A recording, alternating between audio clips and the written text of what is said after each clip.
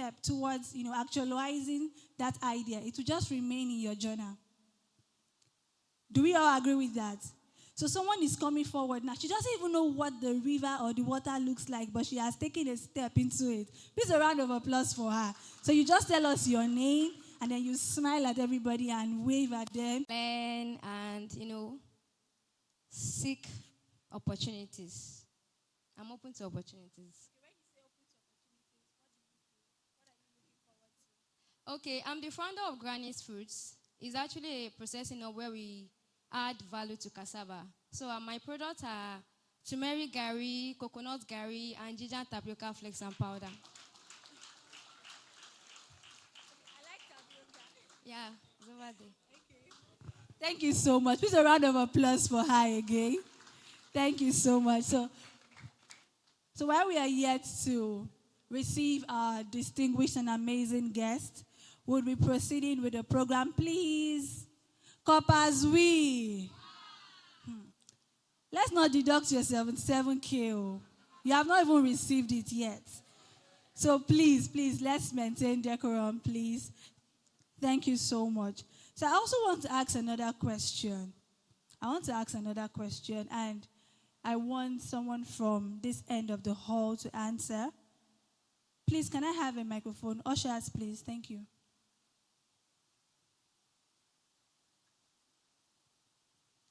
So whoever just raises their hand to answer, you can just pass the microphone to them. So my question is this. Sorry, there's no reward. Sorry. My apologies. There's no reward. So my question is this. Now, I want someone who is, more advanced. I'm not talking about youth now. Maybe someone that is more advanced to answer us. What do you think is the right way to, should I use the word convince, or ensure that youth are also a part of what we are building in today's agricultural ecosystem? So that's my question. How do you think youth can be involved in this? Or what do you think is a factor that would want to make them be involved in the agricultural ecosystem? Mommy's raising up her hands, please.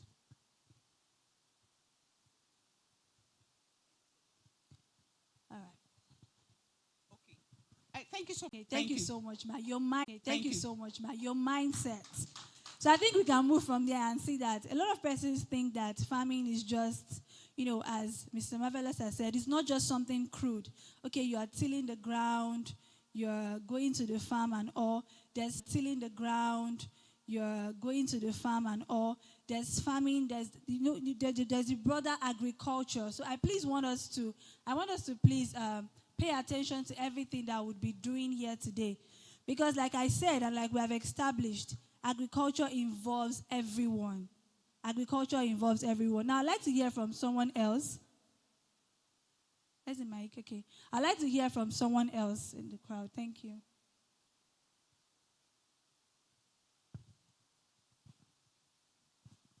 All right. Thank you for the question. And I would like to emphasize on what Mom has said. I think the major thing or the major tool we can use is the power of storytelling. Okay. Because one thing I've seen is that it's not as though people did not have interest in agribusiness. We all have what we are looking for. Majorly, I would say the youth, majorly is finance, is money. So when we are able to paint the picture, we are able to tell our story.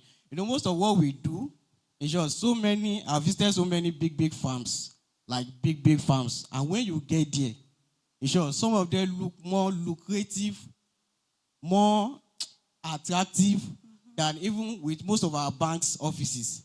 Like if you are able to step into some of those, let me say, established big farms. So the major issue is the power of storytelling. If we are able to tell our story right, if we are able to portray what we are doing, and even the benefits, the profitability, what actually it can make out of African youth, I think it will really help us a long way. I believe many are doing so many works.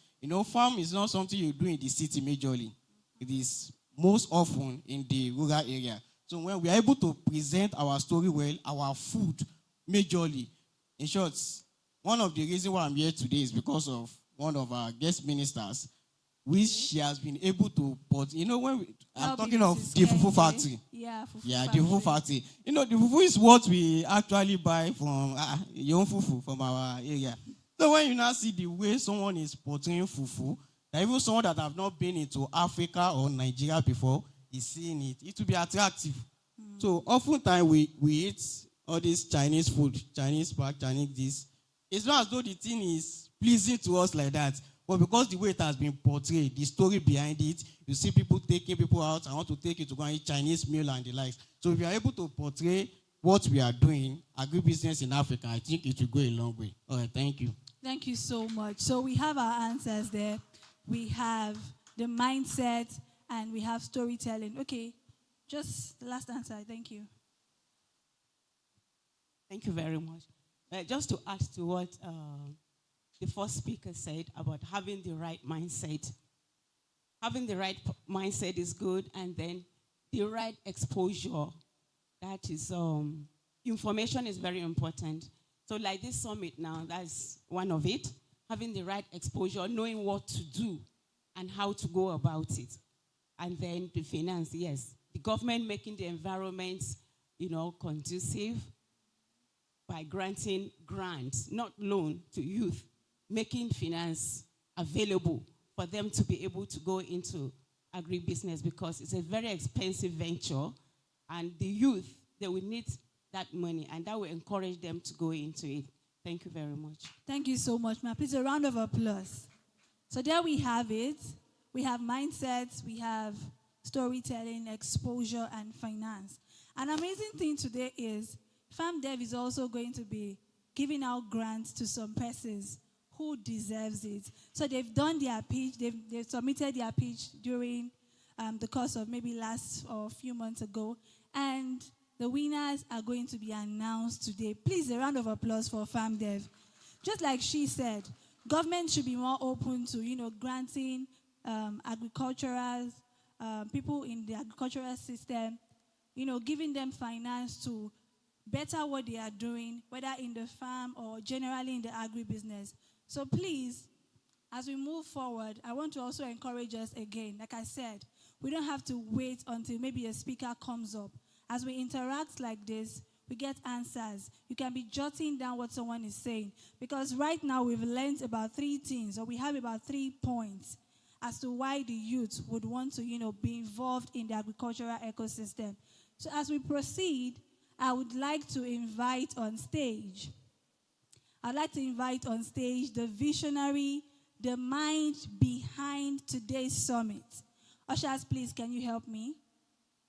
I'd like to invite the visionary, the mind behind today's summit, and he is also the managing director of FARMDEV Consults. Now, when I said we should go online and, check out the Instagram page, profile, give a follow, check what we are doing, FARMDEV Consult is into development and also into consulting for agripreneurs and the likes. So please, as we go further, I want you to also pay attention. We'll be giving you more details. If you want to find out more details about FARMDEV, please visit the website www.farmdev.ng. So you can do that now and see the amazing things.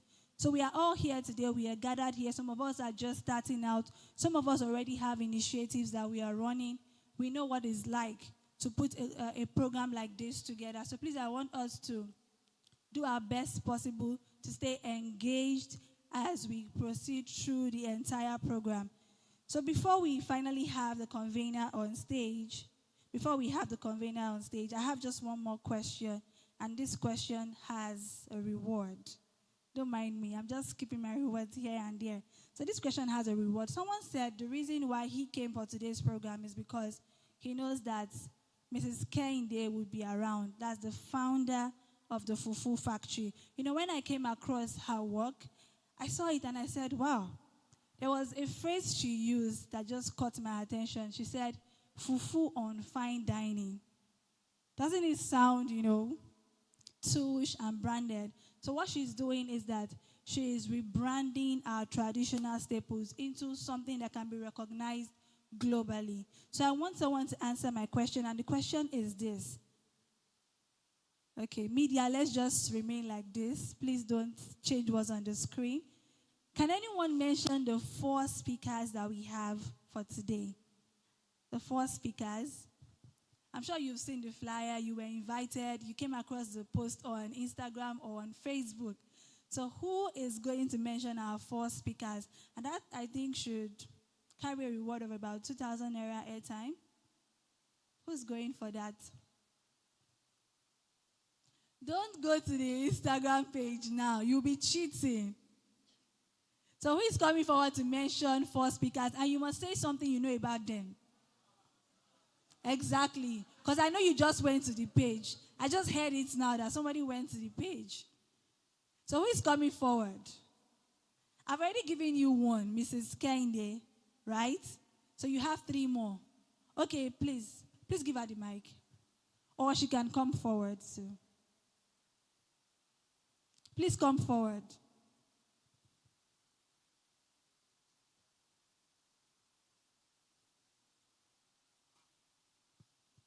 First speaker. Oh, you took my airtime before. Want to take it again?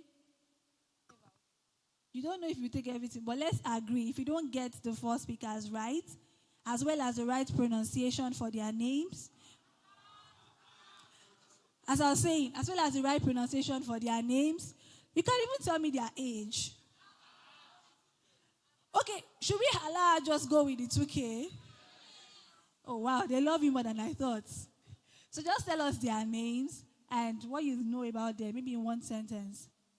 Okay, so this is Koinde Omojuigbe. Okay. She's the founder of Fufu Factory. I already said that. That's a bonus. No, it's not a bonus now. Bonus. Then Mr. Alfred Ukene. He's also into it's like a What's the business. name of his farm? He has a farm. Wow. He has a. Oh, sorry. So I think we should just share it. At this point, I'm holding on to 1,000. You have 1,000 He has a hanging. consulting firm too. Yeah. Yes, Please go ahead. Then the professor.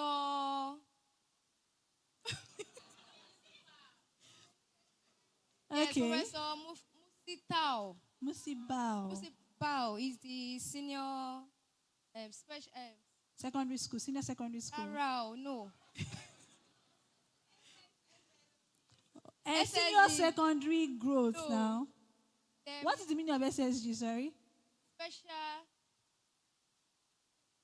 So Secretary 500 General. comes back to me. You only have 500 that you are contending for.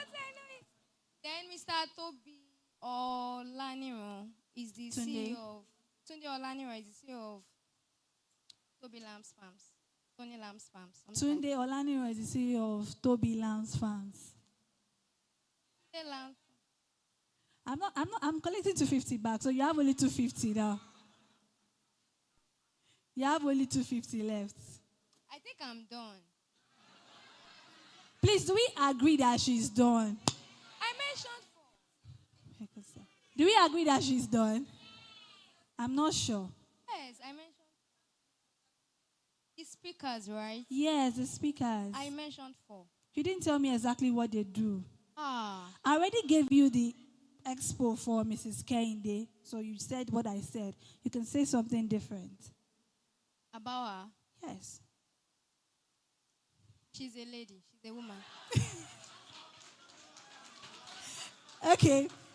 So because we are wearing pants together, we want me and you to join us to with a standing ovation, please. Can we stand on our feet even as we applaud him as he comes up? Thank you so much, Mr. Samuel Oluwatobi. Thank you, everyone. You can have your seats. Good morning, everyone. Good morning, everyone. Wow, how is it going? Very good. So you are welcome to this summit, and I'll be having a brief presentation before we bring up other speakers. I would like to appreciate everyone and the guests present. We have the SSG is ably represented here by the Executive Advisor to the Governor on Finance, Budget, and Economic Planning, in person of Alhaji Gafar Bello. Please, can we celebrate him? You are welcome, sir. Thank you so much for coming, sir. So, can I have my slides? I'll be talking on something very interesting in the next 15 minutes.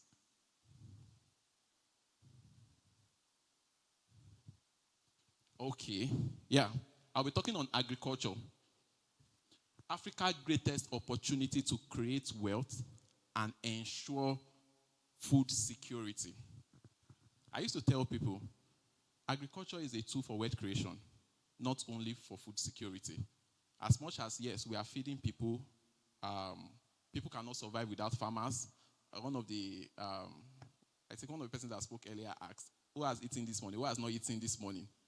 Or who has not even eaten a week? It's very impossible for you to do without food for a long time. So as much as food security is important, wealth creation is also a major part of agriculture. So I would like to start from a change of orientation. Mommy spoke earlier, Mommy seated there, about the young people and their mindset about agriculture. I would like to ask, maybe just to hear from one or two persons. Before now, when you hear about agriculture, what comes to mind? Poverty, exactly. Struggle. In fact, when you see them displaying farmers on TV, you will see someone with, sweating and struggling with torn shirts. That is how people view agriculture before now. Or even now, some persons still see agriculture as that. That is why you realize that it's even difficult for a parent to ask his child to study agriculture. Even if the child comes and says, Mommy, I want to study agriculture. We're like, you mean what? Because I remember when I was given admission to study agriculture, when I saw it on my portal, crop science, agriculture, my mom said, that is not your course. She was so very quick to no, my son will not be a farmer. But now she's one of our greatest supporters because she has seen the other part of agriculture.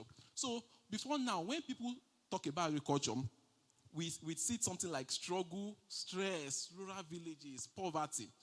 But I want to show you today that agriculture is no longer just about farming. It's one of the biggest business opportunity you can have. I was telling someone there are over 100 businesses you can do in agriculture. Over 100 businesses.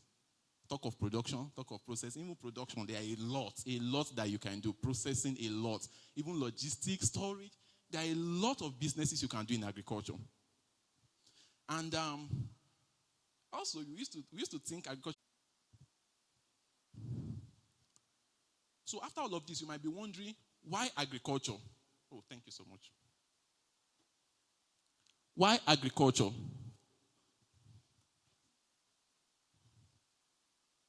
Okay, I'll just proceed. Why agriculture? You might want to ask, why agriculture exactly? Do you know why? Food is life.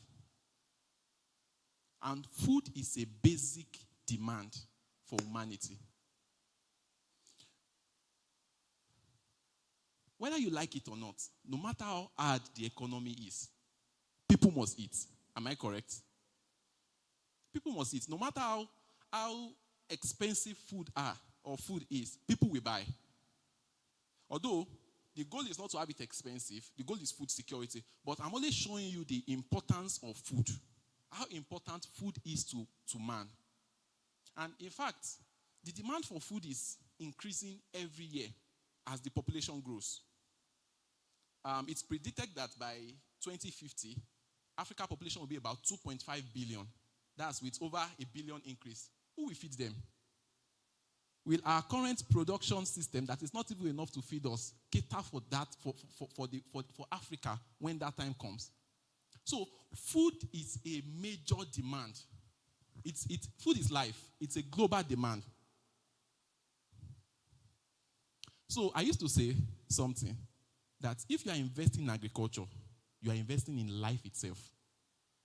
Because people must eat. So having a farm, having an investment in agriculture, doing something related to agriculture, you are doing something around life, which is very essential to humanity. Are we following? So food is life. Food is life. I wrote something here. Nobody postpones Okay, nobody postpones eating. They used to say something that it's a saying that an hungry man is an angry man. I realized that statement is actually true. Because even when we're in school, you can predict, you can tell a lecturer that has probably not eaten from the lecturer that has eaten from the reactions to the students. If you are very hungry, you know how you react to people. Even they might try to crack some jokes. You respond negatively to it because there's nothing in the belly. So food is very important. Food is very important. And even as at now, Nigeria still spends billions of dollars to import food. I'm showing you the opportunities. Nigeria spent, the last statistics, 2025, Nigeria spent over $10 billion on the importation of food. That is a lot. That is a lot, a whole lot. So there is a whole lot that we can make from this, a whole lot that we can do in this sector. Next slide, please. The opportunity. Africa has what it takes. We cannot be depending on importation of food when we have all that it takes to produce our own food. The first thing I wrote here is that we have the land. You know that 60% of the world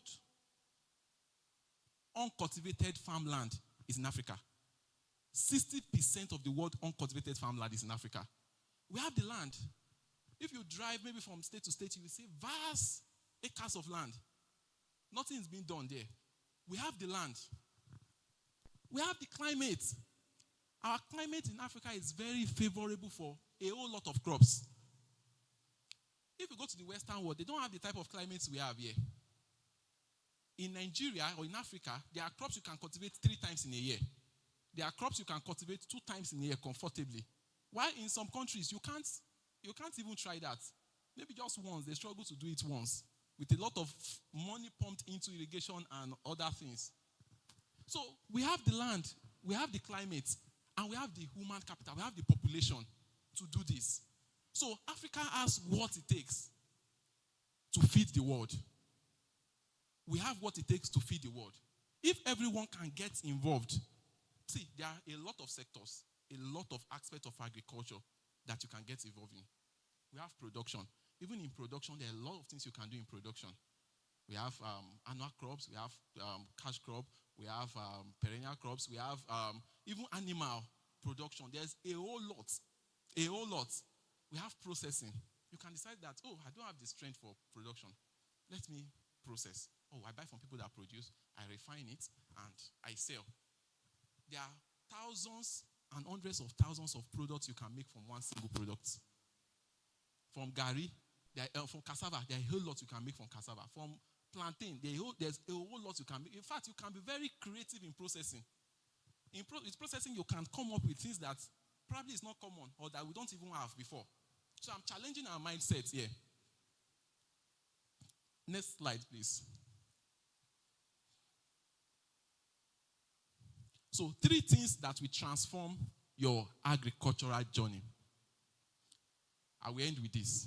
3 things that will transform your agricultural journey. Whether you are about to start or you've started and you want to see a difference in what you are doing. 3 things. Number 1, see agriculture as a business. Do you know why people thought agriculture is all about stress, poverty, and all of that? It's because people that started this earlier didn't see agriculture as a business. They saw it as a way of life. They wake up, they go to farm, they produce enough to eat. Just that. And maybe to store till the next season. That was how agriculture was practiced before. But we can't practice agriculture with that mentality and get a different result in this dispensation. So we have to see agriculture as a business. What is a business? See, there are a lot of factors to a business. Get to your agribusiness. There was a time on our farm, we realized that, I just checked the records, and I realized that we're spending too much on a particular aspect of the farm. Without record keeping. And I realized that aspect that we're spending a lot in, and I realized that aspect that we're spending a lot on, we could spend like less than half of the amount we are pumping into that aspect. Without record keeping, I will not know that, oh, a lot of money is going into this aspect. So record keeping is a major part of agribusiness if you want to be profitable. A major part of agribusiness if you want to be profitable. With record keeping, you know, oh, I've spent this on that. I've spent this on. Even your farm visitation, anytime you go to the farm, it's part of what you put there. Very important. So, to be profitable in agriculture, you have to see it as a business, like I said. So you have to have financial planning, record keeping, market strategy, cost management, and risk management. You should know the point where you be like, oh, at this point, what's the risk of this particular crop? Oh, at this point, what's the risk of this particular crop? Oh, I'm cultivating at this time. Oh, I'm cultivating at this time in this particular location. Does it do well in this location? In this particular location. Does it do well in this location? If it will do well, what am I to do? Very important. Very important. What am I to do? Very important. Very important. So people don't become wealthy because they own farms. They become wealthy from agriculture because they understand the business of agriculture. So the number one thing you should note, you should take out of this place is that treat your farm as a business. This cut across whatever aspect of agriculture you are into. Treat it as a business. Secondly, number two thing is scaling. Scaling. See, some persons say it's the same size of farm they've been doing for the past 5 years that they are still doing now. You don't expect to have a different result that way. I realize that a lot of farmers don't scale. For example, I'm doing, let's say, 50 poultry beds this year. Many farmers will still do that 50 next year. They will still do 50 3 years from now. Let's say I'm doing 1 acre of maize. For 1 acre of maize, let's say it will cost me 200,000 from land preparation to maturity. If I'm going to do 100 acres of maize, it will cost me far lower than that 200,000 to do 100 acres of maize. It means that my cost per unit acre will be, in fact, it can be as high as 50%. Because whatever you are doing it in bulk. And you are even getting more, you are reducing your... Don't just produce. Add value to what you produce. Yes, I'm doing cassava. If you sell as cassava, as raw cassava, you might not even make anything from it. Even now that cassava, the price of cassava is very low. Oh, what can I make of this cassava? Oh, I can do cassava flour. Oh, I can do fufu. Oh, I can do this, I can do that. From whatever you are producing, don't just sell as raw commodity. Make sure you are processing. Do you know that Nigeria is doing a lot in production? But one of the factors, one of the things that has brought us down a bit in the agricultural space is because we are not processing. Nigeria, we produce massive tons of cocoa. In the first 3 months of this year, I was reading, Nigeria already exported 625 billion naira worth of cocoa, raw cocoa, pod, raw cocoa. Whereas you can get over 17 products from that raw cocoa. If you process, you are going to make, even 10 times is too small. You are going to make far more than that from processing the cocoa that is being exported. The same thing with cashew. You see? Cashew nuts, raw cashew nuts, just exported like that. Sesame seeds, we export it like that. Many of the things we do not add value to it. And that is why might just be packaging it a little more. Might just be, maybe just, if it's a grain, maybe just grinding it to powder. It might just be doing something different. And you'll be surprised at your turnover. In fact, it can be more 100% more than what you will make if you just sell that way. So, I'm leaving you with these 3 things. And these 3 things can transform your agricultural journey. And number 1 is what? See agriculture as a business. Number 2, scale your agribusiness. Number 3, value addition. Add value to your agribusiness. Thank you very much.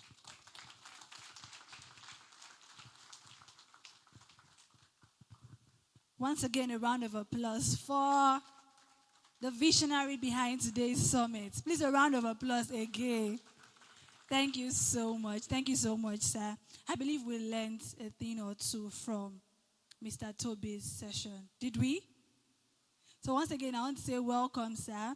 Welcome. We also have in our midst, as Mr. Toby has rightly introduced, we have Alhaji Kafa Bello representing the SSG or your state. Please, once again, a round of applause. And while the session was going on, state government, Professor Musiba Babatunde, ably and well represented here by Alhaji Kafa Bello. So please, media, can we play his citation before he comes up?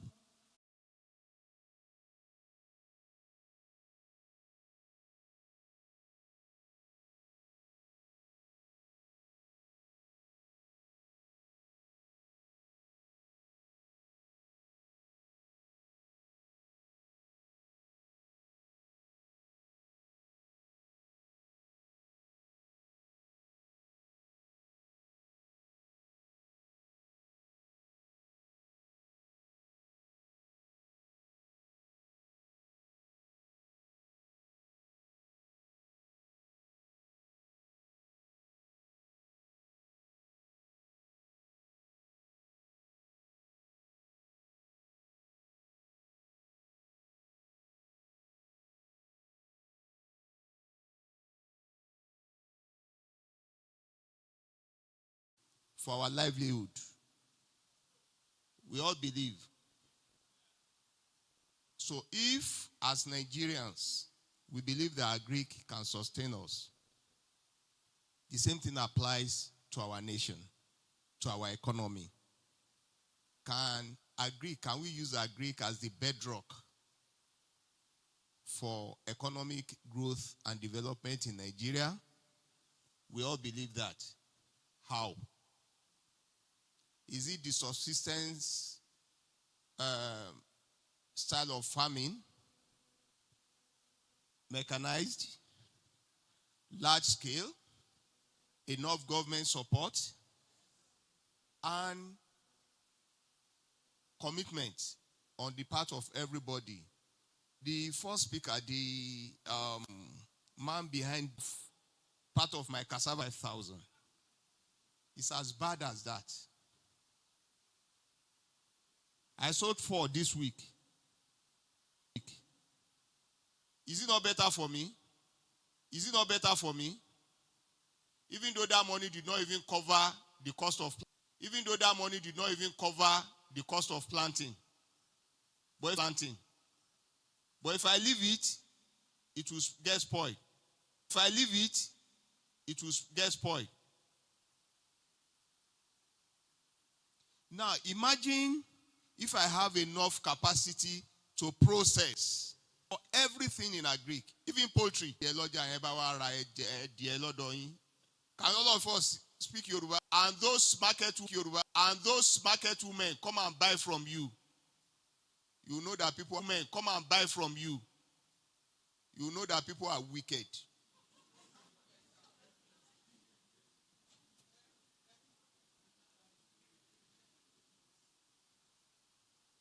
They will buy on credit. And when it's time to pay, you start running after them.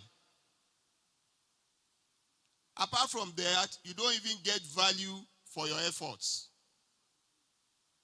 But things are looking up gradually, especially in Ibadan. Now, when you do poultry farming, for instance, assuming you focus on broiler breeding, you can take it to processing centers. They will process and pay you on the spot. And you can do that several times within a year. Unlike when you just target festivities. If you see poultry farming as a business, you don't target only Christmas, Easter, Ramadan, or Ileya. Of course, they don't buy fowls during Ileya. You can do it year in, year out. Every time of the year, you can do poultry farming. And you get your money. So we all,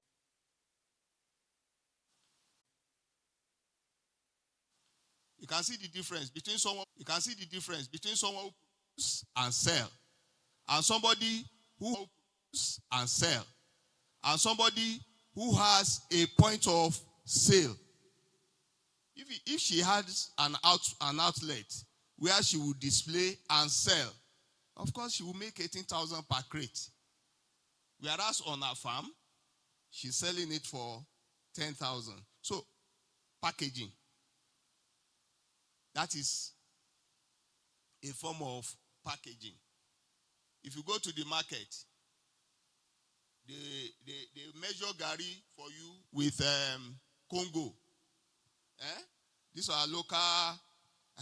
But if you go to Mr. Biggs, ShopRite, and you want to buy gari, do you see it in Congos?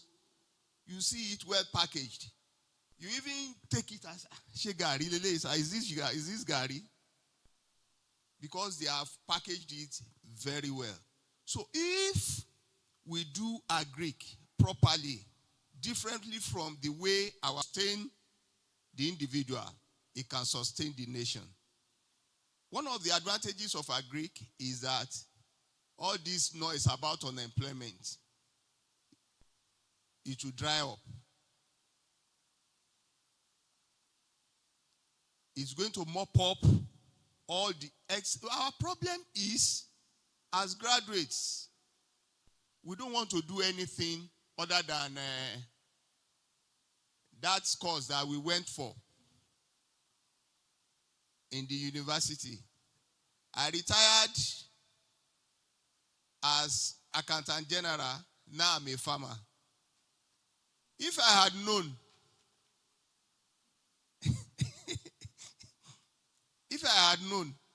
I probably would have spent years back, I would have gone into agric full time. But you see, probably by the time you now see me, if you feel my hand now, you know I'm a farmer, right? Because I'm doing it differently. I use my money, engage people. When I started engaging these Togolese and Cotonou guys, I did not have a farm manager. They started messing me up. But in the last 3 years, I use a farm manager. He gets what they are going to get at the end of the year. They get bike at the end of the planting season. He gets one bike too. And my problems are minimal now. Other than, Oga, this is what we need. The way they manage the farm, what they need to plant, I don't need to dabble into their affairs. I just go for inspection. Occasionally. Just go for inspection. So agric, we can use agric as basis for our industrial development by going into agro-allied industries. Yes, what are the problems when a young man or a young woman or a young lady wants to go into agric? They will say money. I say no. Is money a limiting factor?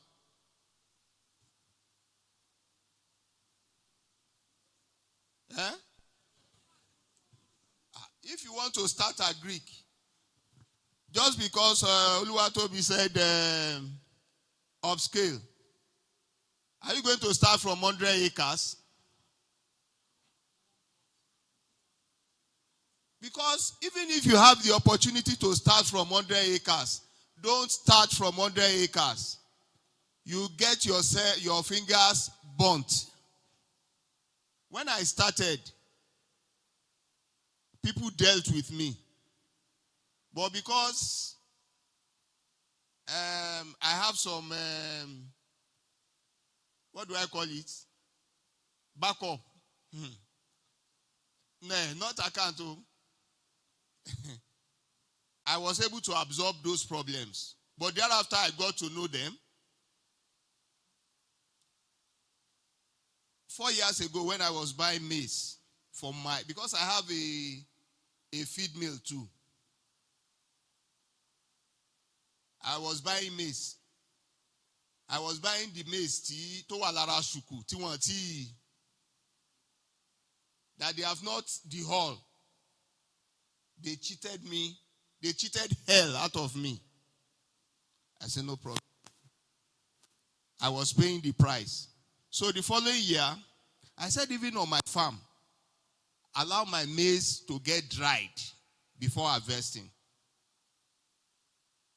Whoever is going to sell maize to me, I can buy the hull, but I will take it to my factory. I have a machine with which I dehull. When I dehull, I will measure the water content and discount the price. The maize I bought last planting season, I'm still using it up to today. In fact, yesterday night they were telling me they don't have enough this drug that we use to preserve the maize. I said, don't worry, I'll buy another one. So, if you don't go into it, you don't learn. But don't go too big. Start small and grow. My kids, my graduates, I say I have 3 of them. They are not, one of them is my son. He brought 2 of his friends. And I gave them a space, about 11 acres. Do whatever you want to do. I dug a borehole, an industrial borehole for them. You can't do that. You can't do that.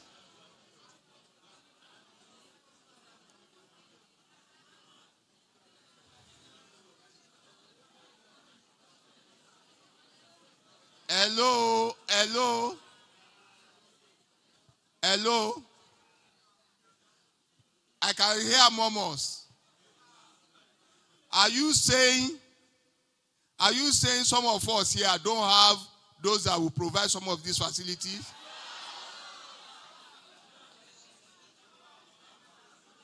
And I say no to your no. Wait now. Do you know in Ibadan,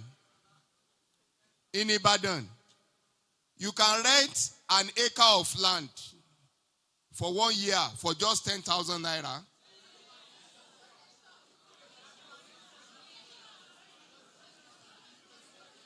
I'm not saying Dugbe.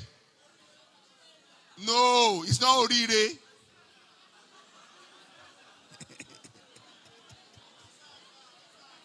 Okay.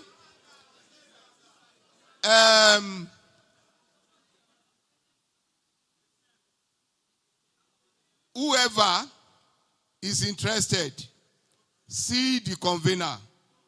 And I will show you around Ibadan here where you can get an acre of land, rentage. I'm not saying purchase, so rentage for 10,000 naira per planting season.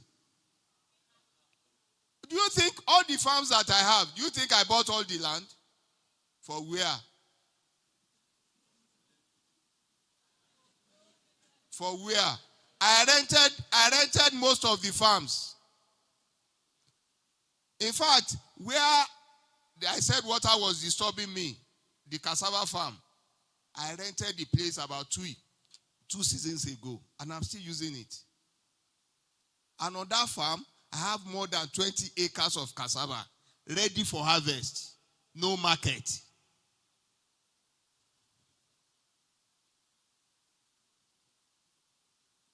You can do cucumber.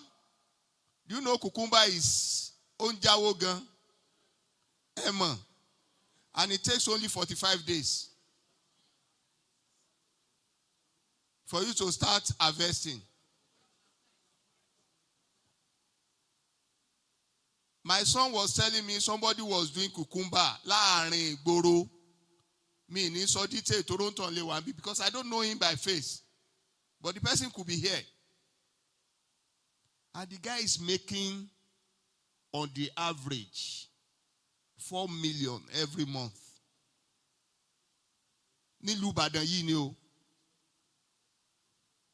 I don't know the person, so I won't say more than that. And that is just farming. Animal husbandry is there.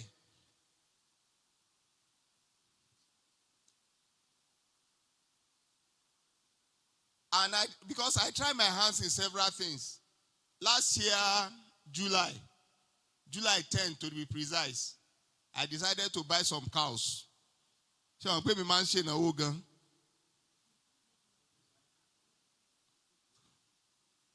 And I bought some cows.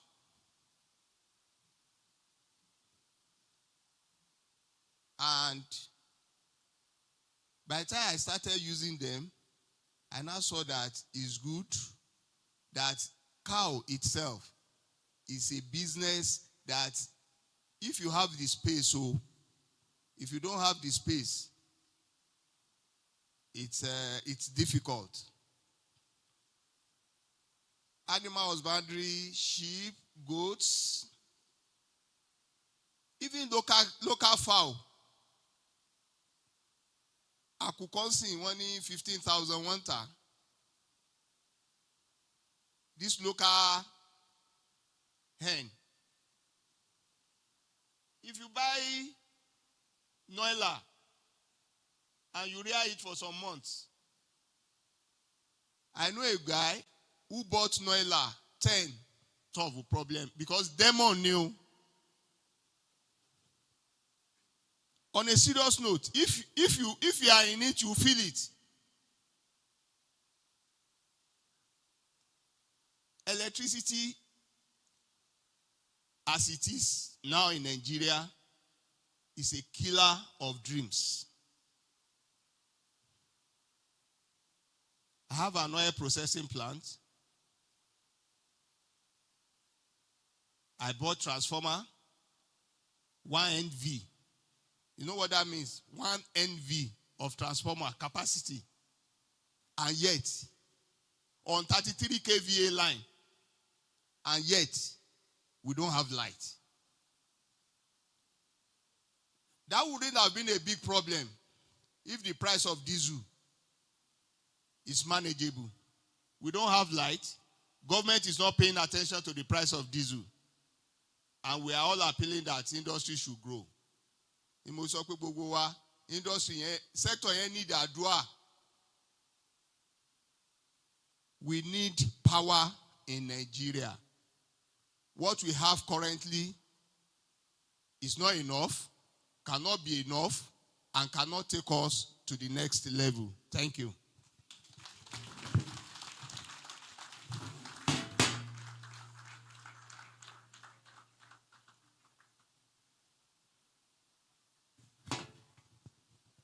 Thank you so much, sir. Once again, a round of applause. Once again, a round of applause for Alhaji Gafar Bello, the Executive Advisor to the Governor on Finance, Budget, and Economic Planning. Please, once again, a round of applause. I like the way we are being generous with our applause. Thank you so much. Now, I want to ask a quick question from Alhaji Bello's session. I want someone to just stand up and tell me what they learned or what stood out for them. I believe we were all paying rapt attention, right? Were we paying attention at all? So I want someone to come forward and tell us what they learned from this session. Who's coming forward?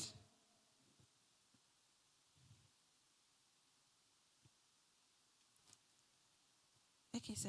Thank you, sir. Thank you. My name is Ogunpa Imo Olani. I think his ability to lay his hands on different aspects of agribusiness is a plus for him from what he said. Because when you focus on one line and probably there is low patronage in that line, you might be discouraged. But for him, having his hand in livestock, crop, and doing processing, I think it should be a plus for him from what he said. Thank you. Thank you so much, sir. Please a round of applause. Laying his hands on different fields and the agri-business. Thank you so much, sir. Once again, thank you so much, sir. And we really want to appreciate your presence with us, sir, at the Agri-Business Summit 2026. We also know that you would like to leave us shortly because you have other important events to attend. But please, sir, I want to appeal to give us a few minutes of your time because we would like to appreciate Professor Musibau for his contribution to the agricultural ecosystem. I would love to present an award of appreciation, which we would like you to receive on his behalf, sir. Thank you so much, sir. Please, once again, a round of applause for him. Now, moving on to the next session,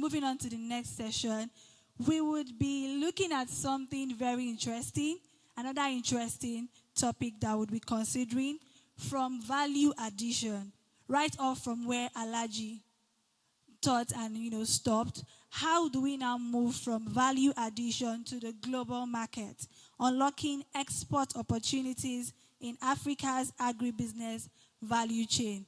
And we have none other to lead us in this session than Mr. Tunde Olaniran. Media, please, are we ready? Mr. Tunde Olaniran, the founder of the Tunde Laniran Farms. Please, if you are putting your hands together, you can do better than that. Please hold on, sir. Agriculture is important in present-day Nigeria because, first of all, food is everything. Food is life. And without food, we can't even function on a daily basis. And like I always say, everybody eats, but very few people are into the business of cultivating the food that everybody eats. So with this alone, it is very, very important that we all think in the line of agri. What does it take to transform agriculture into a business that feeds the nation, creates wealth, and competes on the global stage? Mr. Babatunde Olaniran has spent years combining engineering, project management, technology, and agriculture to answer that question.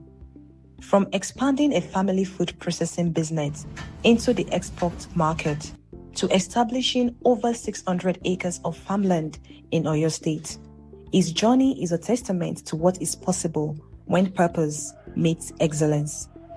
A certified project management professional, entrepreneur, and business leader, he is also the managing director of Tunde Laniran Farms and Tunde Laniran Foods, a company committed to producing high-quality food for local and international markets.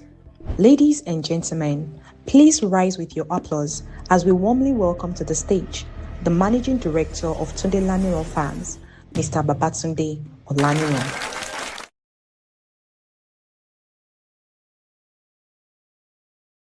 Thank you so much,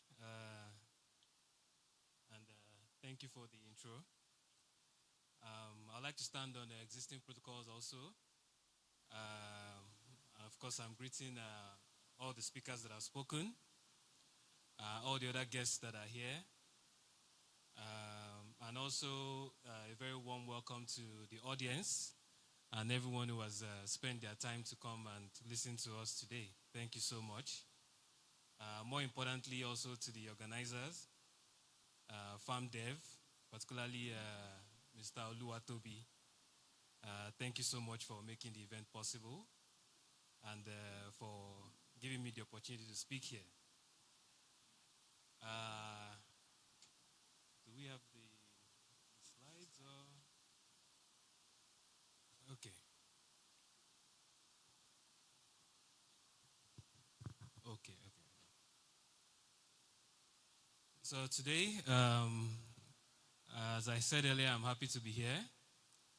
And I'm going to be saying a few things about value addition and exports, particularly relating to the export market.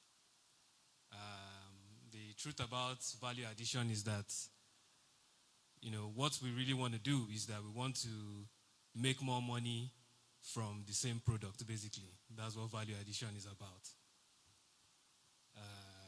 Can we, next slide?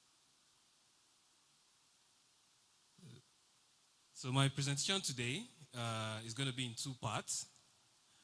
The first part, I will be speaking about what value means. And that will be a little bit off from agribusiness, but I think it's important for us to establish what value is, the concept of value itself, and the type of philosophy that we should have as regards what value is. The second part of the presentation, I will be speaking more about the export side, particularly to some of the advantages, the challenges of export as relating to our market in Nigeria today. My goal for today's presentation really is for us to be able to at least take, even if it's one or two things from what I will be presenting today, hopefully something that we can act on, because I believe we can spend the whole day talking and talking, but it is those that eventually act that will make something out of whatever it is that we're discussing today. So I will be very direct with my presentation today. Please, next slide, please. So understanding the concept of value, as I mentioned for the first part, value addition really is simply about adding value.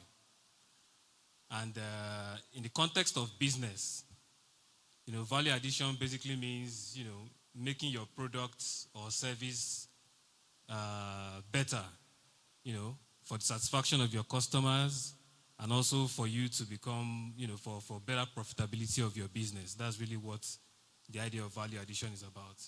And for the sake of this presentation today, I understand that there's different types of values. There's social values, there's moral values. I'm speaking strictly within the context of economics and business here. So just the money-making value, so that we don't mistake where I'm coming from. So I want us to remember that not all value will turn into money. And I want us to also understand that the concept of philosophy of value is something that once we imbibe it, the process of us adding value to whatever we want to do, whether it is in agribusiness, whether it is just in any other business that we are engaged in, will be more feasible for us to do.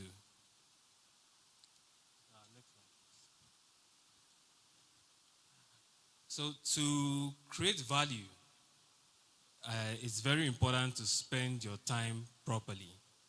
So I usually say that time is the currency of value, because even if you don't have any money, you don't have anything, what you can spend now is your time. Everybody has time. So, and the way you spend your time will go a long, long way in the type of value that you're going to be able to add. So we can't speak about adding value without talking about time. And what that means is that to add value, you must make use of time.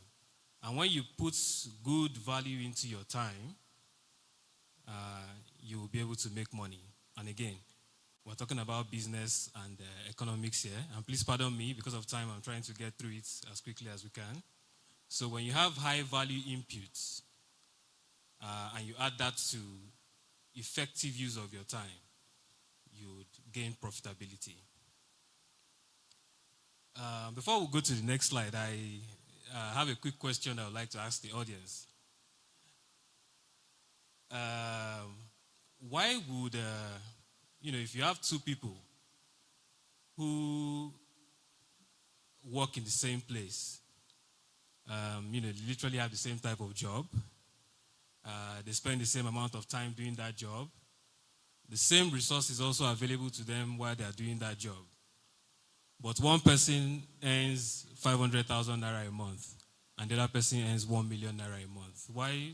Does anybody know why that is happening, or why that will be happening? Anybody wants to? So the question is, two people work on the same job role, the same resources are available to them, they work the same amount of time, and even in the same company for that matter, but one person earns 500,000 naira a month, and the other person earns 1,000,000 naira a month. Why is that happening, please?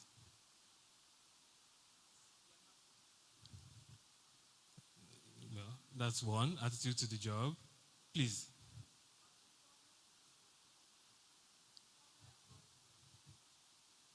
Maybe they're solving more problem than the other person for the organization. I mean, their problem brings in more income. Whatever problem they are solving brings in more income compared to who is the person receiving 500K salary. That makes sense. Thank you. Please, ma'am. The creativity and the innovation the person is making, because if the person is creative and is solving problem, he has seen what the company actually lack. So the creativity.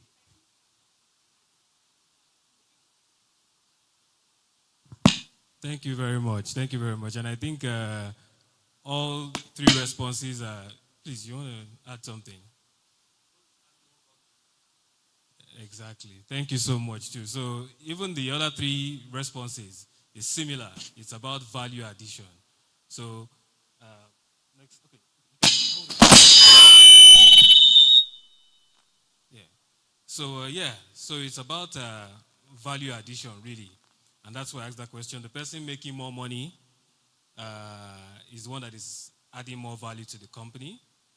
And I think it's also important to know the type of value that you want to add, or what is actually important to your company. And of course, in our own case now, what is valuable to your customer. For instance, in some companies, somebody may be a good worker. They might be able to do all the financial papers and the Excels and all that, while another person might just be a good communicator, knows how to sell the product, knows how to rally people around.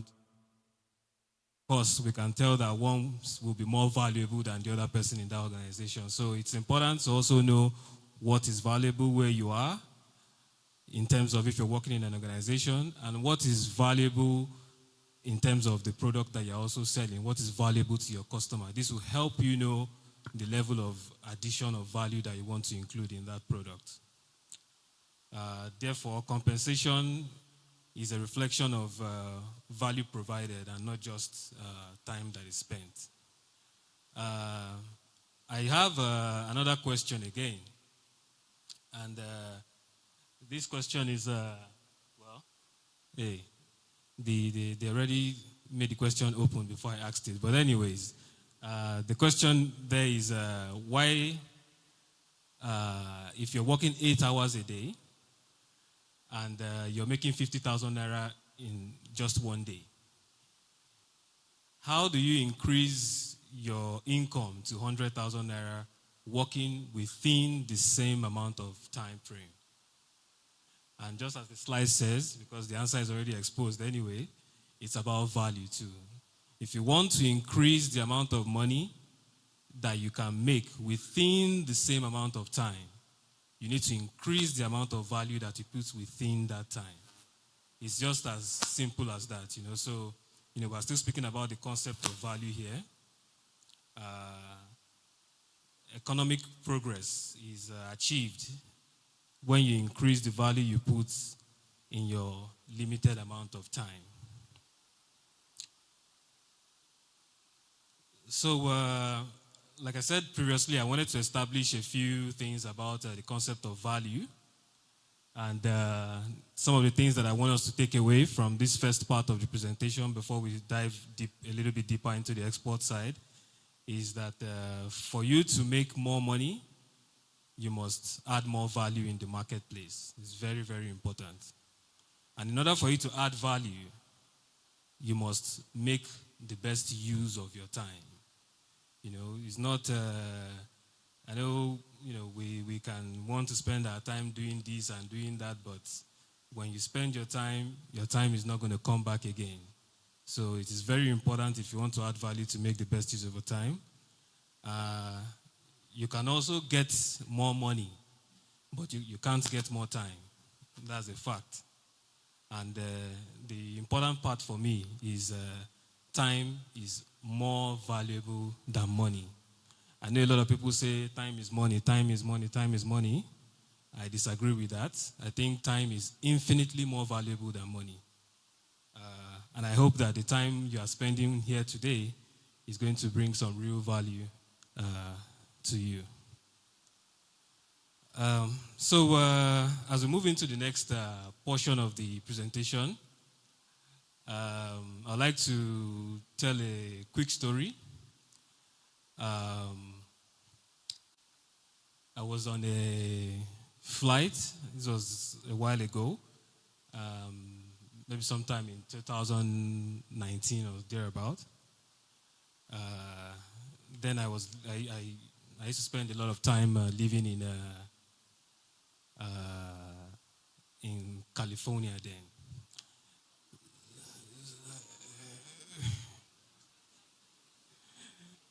Is California a bad place?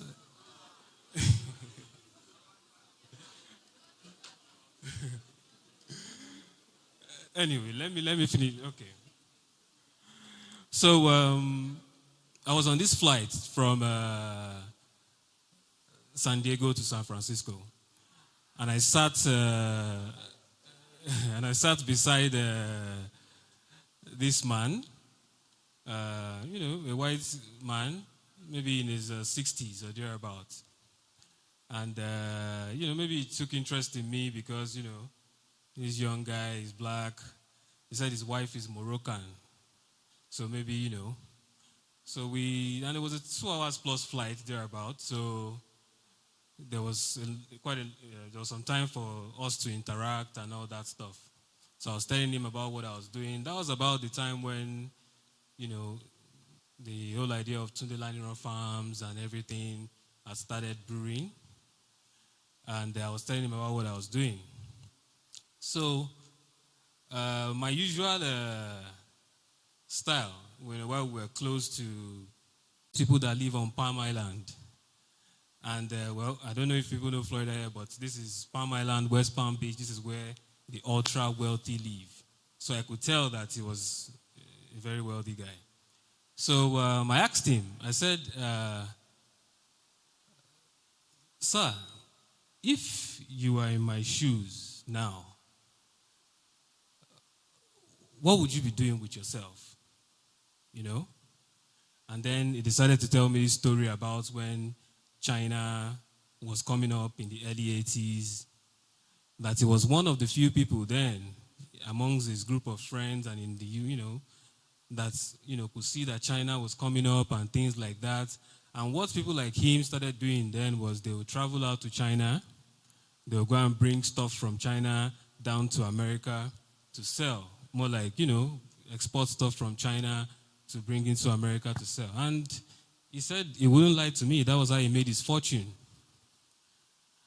So he said the truth about it now is that Africa, is the next frontier. But that people like him are already, older now. There's not much you can do. But that me being a Nigerian, he was talking to me that me being a Nigerian, that it's a huge opportunity for me. That whatever you can do, whatever you guys have in your soil, that you can produce from your soil, that you can get out of your soil, you can process it, just find a way of getting them shipped to the West and getting them sold. And, of course, he's talking about exportation here. So the essence of me talking about this story is to reestablish the fact to us that there's a huge, huge opportunity in our hands for export. And, it's not going to be an easy job to export, but I think it's important for us to start speaking about it, telling ourselves about it, so that, whatever we can do to begin to harness the value that comes from exportation, I think we can start doing that. Next slide, please.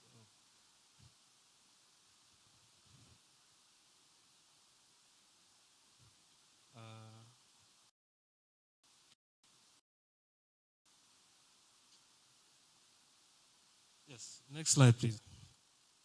Yeah, so, okay. I think we missed one slide. But anyways, in terms of the export,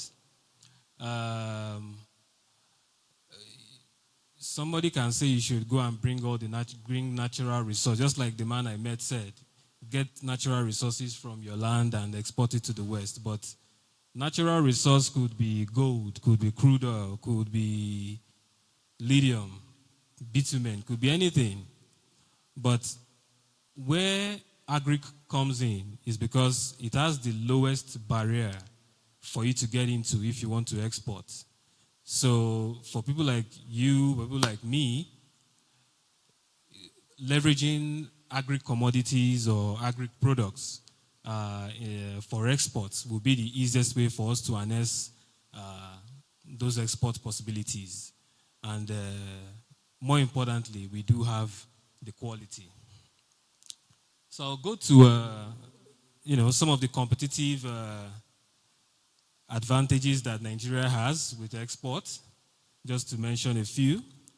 The quality of our products. And please, everything I'm saying today, I'm speaking from experience. There's nothing I'm talking about that I don't know what I'm saying about. So you can accept that you're hearing from somebody who is saying it exactly the way it is. The quality of our products, when it comes to the taste, the nutrients, the naturalness, if I'm allowed to use that word, compared to what we have in other places, we are way, way, way ahead. And I think we can leverage on the quality of what we have here, which is very, very important. We also have low labor and production costs. Of course, I'm not saying compared to our own last year. We know things have increased, but compared to those that are going to be doing the same thing, and I'm speaking strictly in the context of exporting to the Western world, Europe, United States of America, Canada, and the likes. Compared to the cost of labor there, you can't even compare. We still have that advantage here that we can process here and ship out there and still be able to sell at a very, very competitive price. We have abundance of fertile land here. I don't think I need to mention too much about that. Our climate, we have very good climatic conditions here. And more importantly, the young population that we have is something that is not spoken about too often, but there are many countries out there that don't even have a thriving young population, and I think we can, take advantage of that with our exports. There's still a number of them, but those are just a few of the things I would like to mention. Next slide, please. And I'll speak now about the challenges, which for every positive, there's always a negative. Life comes in two sides. But I think some of the challenges that we have with exports in Nigeria are challenges that can be solved. I think one of those is poor quality control of our finished products. My own view about this is because when I mention the challenges, I'll try to speak a little bit about some of maybe solution, maybe 1, 2, so that we can have an idea of how to even approach those challenges. Poor quality control. I visit a number of factories here and there. Most times it's just a lack of patience. People do things in a rush. They don't take their time to get things done properly, and then you find out that the product, your final product has some debt, has this and that, just little things. And that has always been a problem. You see a lot of people try to export, their products get rejected or sent back. The other problem I know we have is also improper labeling of our products or incomplete labeling. So, and the labeling part is so important because your label is like the manual to your product. You're selling your product to someone who doesn't know you, who doesn't know your company. the first impression they're going to get about your product is your packaging. So it's very important that your package, and it's not just about the customers, even for the customs where your goods are going to pass through, if your products are not properly labeled, you're going to have challenges. You know, my own personal experience with exports, as much as people say, oh, export is this, is difficult, I've never had any problems exporting anything out of Nigeria. Never. And I think it's because everything is done properly. When you take your time to do things, you will get a very good result out of it. So labeling is also a key challenge. Access to market and customers. That's a big one because, you know, without customers, without sales, you're not even in business. So, but I will speak some more about access to customers as we go on. Unhygienic processing equipment and techniques. Again, you know, I just spoke about us having maybe impurities or deaths in the final product. Sometimes those things don't happen at the final stage. You would see that during the production process, the contaminations have been happening little by little. You know, you go to some places, you see their grinding machine has dirt inside everywhere. Yeah, you see so these things have to be taken, you know, we have to take full cognizance of these types of things. Then, of course, loss of interest in production and processing jobs. I know we have a lot of young people like myself here. But we know many people don't want to, you know, do this type of jobs. You know, I think, at least what I've seen people even prefer to earn lesser money, but I think they like to wear a tie, you know, and I'm still not able to understand why, but I think it's also a problem. Then the final one, which I always like to talk about, is the inability to rally people around. In any business, and particularly in agribusiness, if you can't work with people, you're not going to survive. You can't even do it by yourself. How do you want to do it? Only you is going to do the farm work. Only you is going to harvest the cassava. Only you will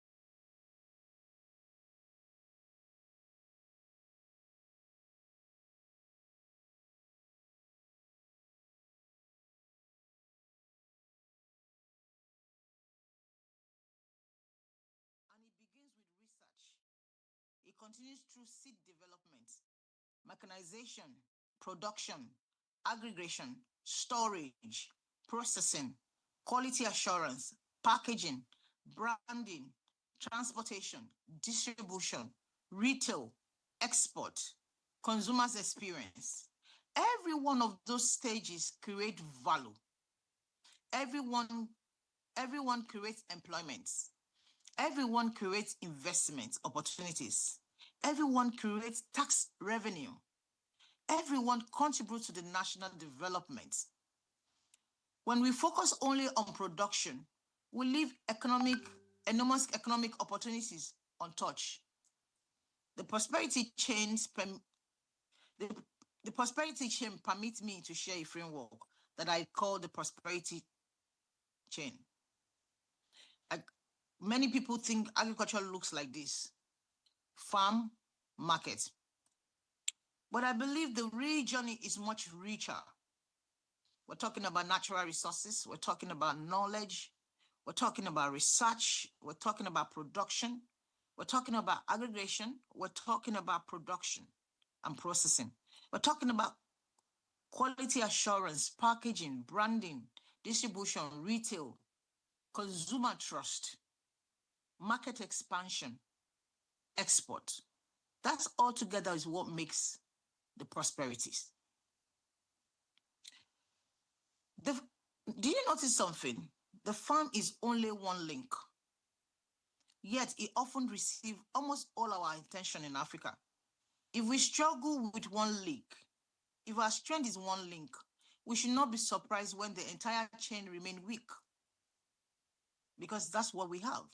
Our responsibility is to strengthen every link, because prosperity is not created at one point. It is created across the entire value chain. Production without market creates frustration. One of the greatest lessons I have learned in business is this: market must influence production. Produce first. Then we begin searching for buyers. Instead, we should ask, who is the customer? What problem are we solving? What quality do they expect? What packaging do they prefer? How often do they buy? Can they afford it? How do they want it delivered? Agriculture should become market-driven rather than production-driven, because every successful business begins with understanding the customers, not merely understanding the crop. Quality is the language of the global market. Today, consumer has options. Whether the consumer is in Abuja, is in Accra, Nairobi, London, Tokyo, Dubai, or New York, consumers compare your product with other products around the world. That means quality is no longer an option. It is the price of admission. Food safety, consistency, traceability, packaging, certifications, documentations, those are no longer luxuries. They are the language through which global markets communicate trust. And we must learn to speak this language. Every time an African business delivers poor quality products, confidence in Africa product is weakened. Every time an African business delivers excellence, confidence grows. Quality, therefore, is not simply business decision. It's actually a continental responsibility. Why processing creates wealth? Ladies and gentlemen, every harvest asks us a question. Will this crop remain a commodity, or will it become an industry? Because they're two different things. Every time you ship out commodity, you ship out foreign exchange, you ship out opportunities, you ship out employment, you ship out health, you ship out development. So therefore, that question determines the future of every agricultural economy. Think about cassava. A farmer harvests cassava. At that point, value has been created, but it's not maximized. Cassava can become high quality flour. It can become or glucose syrup. It can become ethanol. It can be pharmaceutical ingredients. It can become an adhesive. It can become a livestock feed. It can become biodegradable industrial product. It can become premium consumer food. The crop has not changed, only the imagination has changed. The lesson is simple. The value of a crop is not determined by what it is. It is determined by what we are able to transform it into. That principle applies equally to cocoa, to coffee, to tomato, to cashew, to rice, virtually every agricultural commodity. The greatest economic opportunity in Africa is not necessarily production anymore. It is transforming it into something more. Permit me to challenge our thinking. Africa exports too much commodity. The world rewards brands. A commodity is bought mainly on price. You don't determine the price of commodity as the producer. The buyers basically determine it because you all go to the same market. A brand is chosen because of trust. When the agricultural sector understand one principle, and that principle is that agriculture is an ecosystem. Allow me briefly mention a few examples. The Northern Land. The Northern Land has limited land compared to many African countries. Yet it has become one of the world's leading agricultural exporters. Its success didn't come from having more land.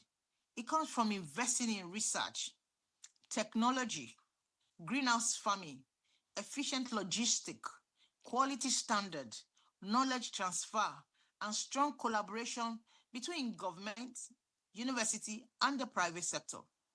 The lesson is clear. Prosperity is created by productivity, innovation, and system, not by land size alone. Let's look at another country, Thailand. Thailand looked at cassava differently. It didn't see only food, it saw an industrial opportunities. Today, cassava supports food processing, starch industry, export and manufacturing. One crop, many industry, one crop, many revenue streams. That is the value chain thinking. Brazil. Brazil invested consistently in agricultural research, commercial farming, and technology. It connected science with production and production with markets. The lesson is that research must not remain in laboratories. It must reach farms, factories, and consumers. Innovation has little value until it becomes commercial. Vietnam transformed its agriculture export by consistently improving its quality, organization, and access to international markets. Transformation is not an event, it's a process. And this is what Africa was led. Not another country. Every country has its own history, geography, and institution. Our task is to learn principles and adapt them to Africa reality. Africa does not need imported solution. Africa needs African solution informed by the global practice. We must build systems that reflect our own opportunities, our own crops, and our own markets. This becomes personal for me. So let me share my journey with the Fufu Factory. Some years ago, I asked a question about many people considered unusual. Why can't traditional African food be produced to world-class standard? Why should convenience belong only to imported products? Why should our heritage foods remain trapped in informal systems? Why can't product like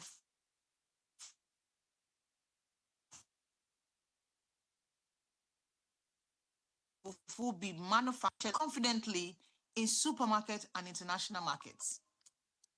That question becomes the beginning of the fufu factory. But very quickly, I discovered something. I was not simply building a food business. I was building trust. Consumers don't merely buy food. They buy confidence, consistency, convenience. They buy safety, and they buy reliability. That changes the way we approach everything. We invest in quality. We invested in food safety. We invested in standardization. We invested in compliance. We invested in system, not because regulations demand it, but because consumers deserve it. If we truly believe that agriculture can become the engine of Africa economic transformation, then each stakeholder in the value chain has a responsibility. No one institution can do it alone. Government cannot do it alone. The farmers cannot do it alone. The investors alone. Researchers cannot do it alone. Transformation happens when every part of the ecosystem understands its role and work together. Let me therefore leave a challenge for each of us. To the government has a unique responsibility. Government creates the environment in which businesses either grow or struggle. An entrepreneur, as entrepreneurs, we're not asking government to build our businesses. We're asking government to build an environment where businesses can succeed. That means investing in roads that connect farms to market, reliable electricity that powers processing plants, modern storage facilities that reduce post-harvest losses, efficient ports that support export, research institutions that solve real industry problems. And perhaps most importantly, policy consistency. Business can adapt to difficult policies, but businesses struggle to survive uncertainty. Investment required confidence. Confidence requires consistency. When policies are predictable, entrepreneurs invest. When entrepreneurs invest, factories are built. When factories are built, jobs are created. When jobs are created, community prosper. Government, therefore, is not simply regulating agriculture. Government is shaping the future of our economy. And to our financial institutions and investors, banks, development and finance institutions, I invite you to see agriculture differently. Agriculture is not charity. Agriculture is not merely a social intervention. Agriculture is one of Africa's greatest investment opportunities, but we must finance it differently. A processing factory cannot be built with finance designed for short-term trading.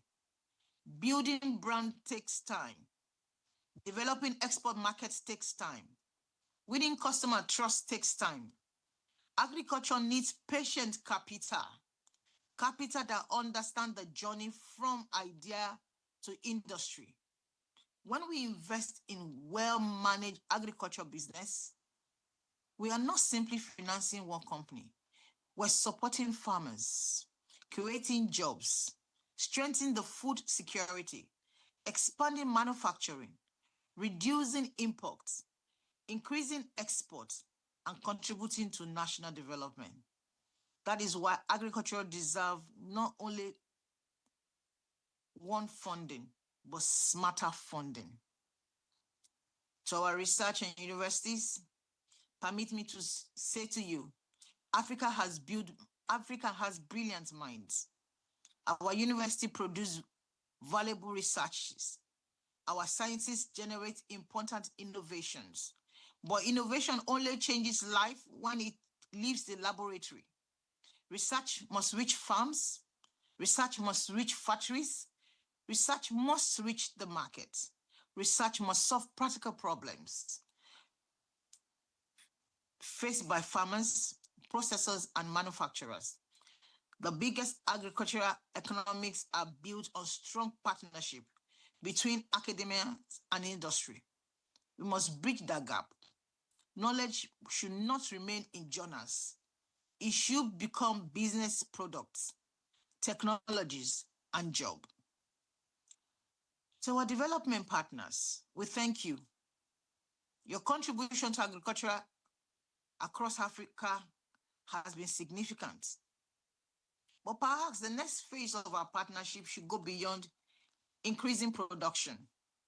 Let's also invest intentionally in value addition, supporting processing, support quality system, support branding, support market access, support women-led business, support youth-led enterprise, support businesses that can scale. Because every successful value chain creates opportunities for thousands of people beyond the farm. To entrepreneurs, permit me to speak directly to the entrepreneurs. This is our moment. Africa is changing. Our population is growing. Urbanization is increasing.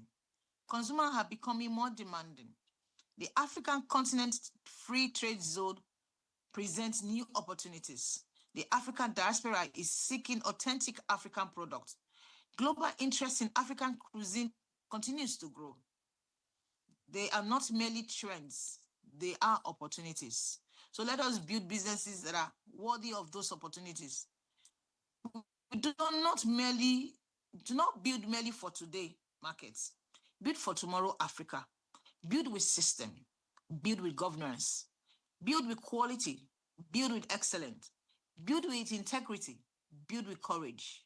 But most importantly, businesses that outlive you, build businesses that outlive you, because the institutions transform nations, not individuals. Let me share 5 lessons from my entrepreneur's journey that I have learned. The first one is always start with a real problem. People don't need more cassava. They need easier way to enjoy cassava's products. Innovation begins with understanding the consumer frustration. The second lesson is quality is not an expense. Quality is an investment. It builds confidence. Confidence builds repeated business. Repeated business builds sustainable enterprise. My third lessons will be that never compete only on price. Someone will always be cheaper. Compete on value, compete on reliability, compete on consistency, and compete on customers' experience. Number 4, think beyond today's market. As entrepreneurs, we must build for tomorrow. Tomorrow's customer, tomorrow export opportunities, tomorrow's supermarkets, tomorrow international standard. Vision should always be bigger than today's reality. And my 5th lesson is business don't grow beyond the system that support them. Machine matters, but management matters even more. Funding matters, but governance matters even more. Idea matters, but execution matters most. The strongest business are built on strong system. Ladies and gentlemen, looking back, I realized that my biggest challenge was never cassava. My biggest challenge was mindset. The moment we change our thinking, our products change, our system change, our ambition change, and our opportunity also change. I believe that the truth for Africa, and I believe that this is true for Africa as well, the transformation of Africa agriculture will begin with the transformation of Africa's thinking. Let me take that again.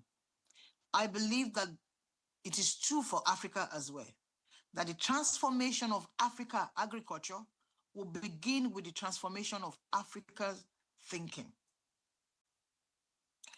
Having shared some lessons from my own journey, let me now turn to a question that concerns every stakeholder in this room. What must government, investors, development partners, and entrepreneurs do if we are to build a resilient, efficient, and profitable agricultural value chain? If we truly believe that agriculture can become the engine of Africa's economic transformation, then each stake in the value chain has a responsibility. No one institution can do it alone. Government can't do it alone. The private sector cannot do it alone. The farmers cannot do it alone. Investors can't do it alone. Researchers cannot do it alone. Transformation happens when every part of the ecosystem understands its role and work together. Let me therefore leave a challenge for each of us. To the government, government has a unique responsibility to create environments in which business either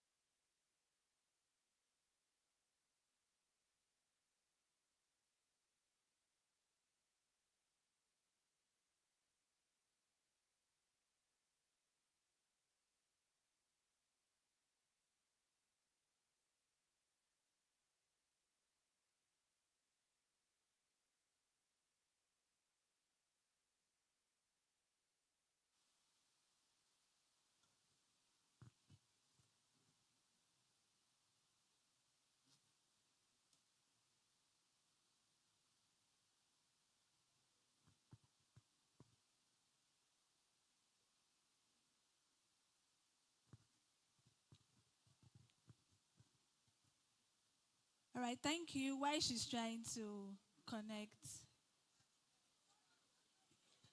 I'm sure you want to hear more from her, right? Ouch. That hurts. I just hope she's not listening to us now. The network must be doing something so that she does not hear that part where you said no. So what she said, I'm sure we learned something from her session, right? We did. So she said, beyond quality, for us to achieve success and experience transformation, we have to work together. More like arrive at partnerships. And I think she mentioned quite a lot, which I'm not going to go over and over again. So just before I proceed, media, are we still expecting her? So just before I proceed, I would like to acknowledge the presence of someone very special in our midst. We have with us, while the sessions were going on, we were joined by Pastor Olu Israel. Please, a round of applause. We have Pastor Olu Israel, Regional Pastor, West Africa Light Nation Church. A resounding round of applause, please. Thank you so much for joining us, sir. We're glad to have you.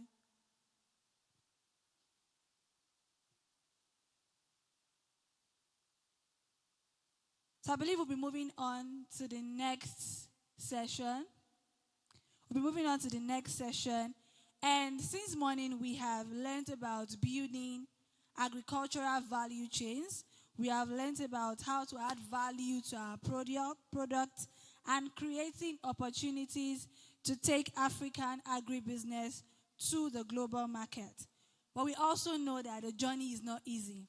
you have questions. What are those challenges that we're likely to face when we start to do these things? When we start to create, we start to add value, there are challenges that we are bound to face. And how do we navigate these challenges, grow, and still remain profitable? We want to know how we can navigate these challenges, how we can grow and remain profitable. Media, are we together? Okay, now to help us answer this question, we have with us the CEO of Melona Farms. Please, a round of applause. Who will be speaking on navigating challenges in agribusiness, strategies for resilience, growth, and profitability. Please, with a resounding round of applause. With a resounding round of applause, please can we make welcome Mr. Alfred. You can, please, a round of applause, please.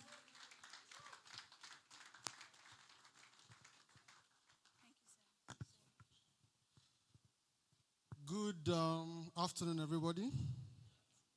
How are we doing today? You are not fine. What will make you fine? Let me know. Food. Onje. My God. My God. Okay. Let's see if this session can bring food. All right, ladies and gentlemen, my name is Alfred Ukane. But before I go on, I want to simply thank the visionary behind this entire thing, Mr. Samuel Oluwatobi. I am impressed, actually, by what he has done. Most of us don't understand that we have a fundamental problem in Africa that we youth need to be brought together like this. We need to look at things from a different perspective, judging from the experiences of everyone, and then harmonize that and go back and pass it as a policy that can support the growth of other people who will come on board. And now we can now begin to shape things from there, right? So when you see somebody putting up this type of event, not government funded, not NGO funded, you should respect them. Please, a round of applause for him. Thank you so much. Another thing I want to say is that I want to applaud you for the level of excellence that you have put in this.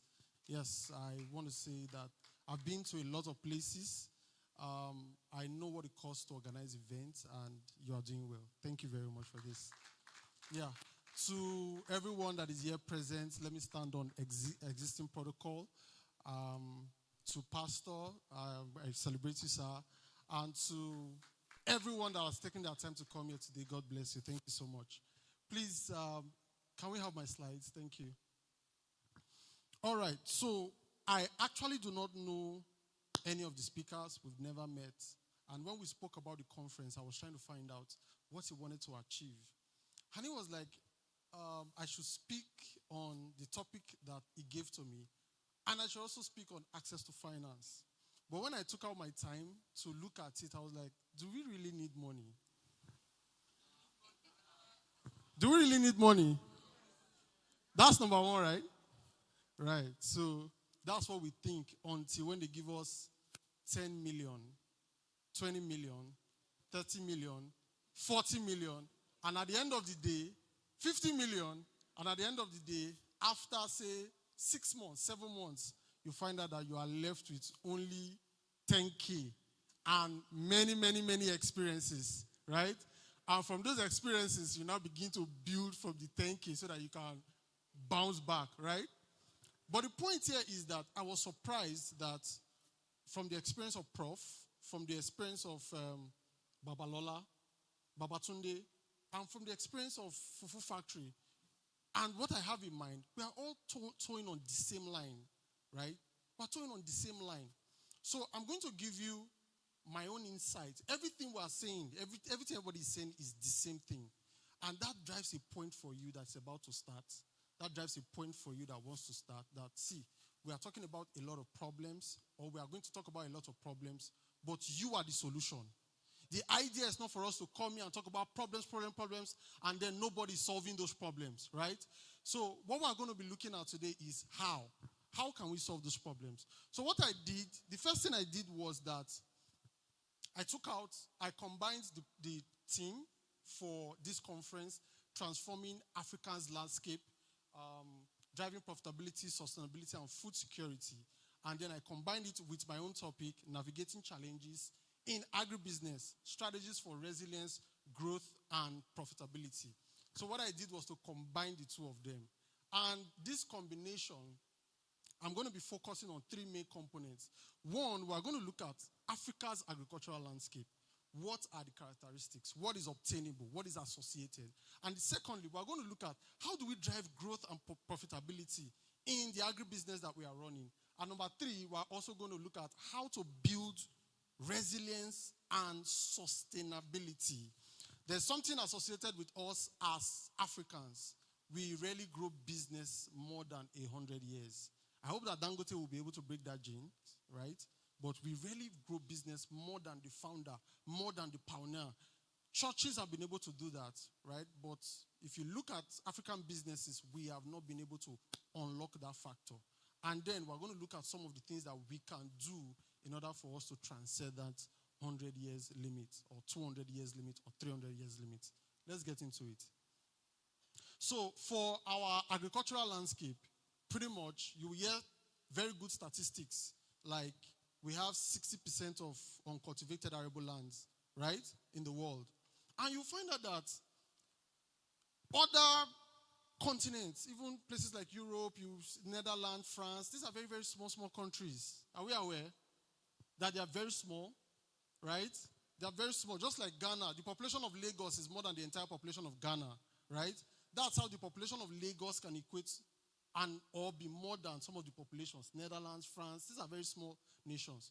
But they have built enough capacity over time to impact the entire world, not just their nation. So please follow me.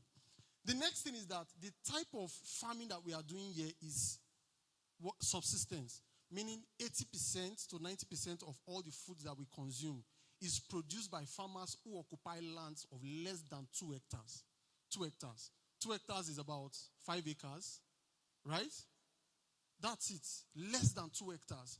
So all the food we are junketing around, I am a farmer, I am a this, I am a that, it's very difficult to now find people who grow food above 2 hectares, right? So if you are doing 1 acre cucumber farm, 2 acres watermelon, you are feeling like you are the king of the jungle, and you have all the experience, and there's nothing anybody can tell you again, and you are an expert farmer. And it's not about being an expert farmer, because the margin of farming is actually very small. How many of us know? It's very small. The closer you are to the ground, the less profit you are going to make from agriculture. That's the truth. And we're going to see from this presentation when we go down. The closer you are to the ground, the less money you make. And so when you see us face a lot of challenges, you see farmers. In fact, let me say this. A lot of farmers are unable to leave farming because they cannot do anything else. Do we have practical farmers in there? Somebody who have farms? Oh, we don't. We have, right? A lot of people cannot leave farming because they have not built capacity to handle something else. A lot of us would have left, right? I don't do anything outside agriculture. Anything I am, anything I do is in agriculture. And I feel like it is a calling. But from the experiences of what all of us have shared today, including all the other speakers, I want us to take something home at the end of this thing. Let's continue. All right, so aside that, we'll find out that agriculture alone employs about 60 to 65% of the workforce in Africa. In Nigeria, it's about 60%. So what that means is that from the market women selling tomatoes, from the people who are dedicated to transporting food and food products from the north to different parts of the country, from the people who are distributors in your local neighborhood, to farmers, to processors, and everybody. The workforce in Nigeria alone, or in Africa, agriculture and agro-allied engages about 60% of that workforce to 65% of that workforce. And then our contribution to GDP, everybody that is contributing to all the contributions of agriculture to the Nigerian economy is just about 25%. But overall in Africa, it is between 25% to 32%. Please follow me. Then our food imports as Africans. We import on a yearly basis $80 billion averagely on a yearly basis. That's what we import. Nigeria, we have crazy importations from chicken. Hope you know we import chicken. Hope you know we import fish. Hope you know we import oil palm. Hope you know we import maize. Crazy, crazy importation, right? And these are billions of dollars every single year. And these importations also come into the nation and crash our prices because our cost of production is very high. And these are coming from other economies that have mechanized farming, they have good infrastructure, and so on and so forth. And at the end of the day, you find out that their cost of production is really low. They are also enjoying subsidy as farmers. Their cost of production is really low. And then our cost of production is high because if you are a farmer, you have to get your own lights. You have to get your own power. You have to get your own transportation. You have to get basically everything. You build your infrastructure from the ground up to survive as a farmer, right? So these are some of the challenges that we face. But let's look at somebody else. Let's look at the EU, European Union. Let's look at them. Let's look at what are they doing that is right, that we can learn from as Africans in order for us to grow beyond just what is obtainable right now in the African landscape. And let me say this. You know, I said that agriculture employs 60 to 65%, right? In the Europe, that employment rate is agriculture employs just 1 to 3%. How many did I say? 1 to 3%, meaning their economy is super diversified in such a way that it can hold a lot of wealth. But within that 1 to 3%, let's continue to see other things that are obtainable. Number one, for food imports, these guys are net exporters of food. So majority of the foods that are coming into their countries are negligible, 1 to 2%, right? So most times when you hear us say things like, I am exporting all my catfish, hope you know that the catfish that they are exporting is 20 kg here, 50 kg there, 10 kg here, 5 kg there. Nobody's bringing in trailers. Because even your policy does not support it. The only policy that you have in the country right now is a policy that the only fish you can export at commercial value is fish that is caught in the wild. And they are now saying that the reason why they cannot give you license to export your domesticated fish is because they don't trust your production process enough so that you don't come and kill our people with your unguardedness. Are we following? So if you look at that, I have the slides here, just in case that one is not working. So if we look at that, we're going to see a lot of gaps or a lot of things that we need to address. So let me continue. Now, okay, it's up. Right, thank you. Now, we are looking at Europe right now.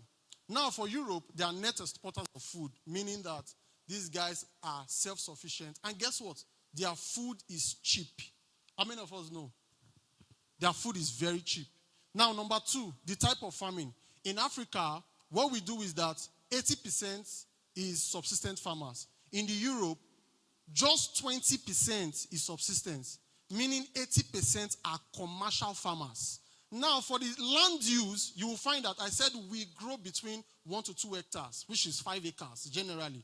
Just about 20% of farmers grow more than 5 acres. Now, if you look at land use, these guys are growing 16 to 70 hectares. 1 hectare is 2.5 acres, right? These guys are growing 16 to 17 hectares per farmers. That's why when you watch movies and you see the countryside, you see that these guys are moving their trucks in their farms. You see a vast land of corn. You see a vast land of sorghum. You see a vast land of rice, right? The reason is because they are mostly bound by, the economy is held by a lot of farmers who grow between 16 hectares to 70 hectares. Let's continue. Can we stay on the slide without me appearing on the TV? I think they can see me. Or because of our guest online. All right. So averagely, if you check their fertilizer use, these guys use 140 kg of fertilizers per hectare in order for them to grow their crop. We use averagely 25 kg per hectare. And do we get it to buy? Farmers. You are the guys who say they are farmers. We hardly get a lot of fertilizers, right? Right? So at the end of the day, there's a gap there. You will see that our net production of maize, for example, is 1 to 3%. But for them, it is around 6 to 7%. Guess what? One is fed better than the other. That's why. It's not rocket science. Are we following? Same thing happens to cassava, for example. How many tons are we doing? Can anybody tell me? 5-6 tons per hectare. They are achieving 30 tons per hectare. And this is because one is being fed better than another. Are we following? Now, let's look at value addition. These guys are masters. These guys are super duper excellent, intentional about adding value to the products that they create. So let me give you an example. If you relocate abroad, there are two things that can happen.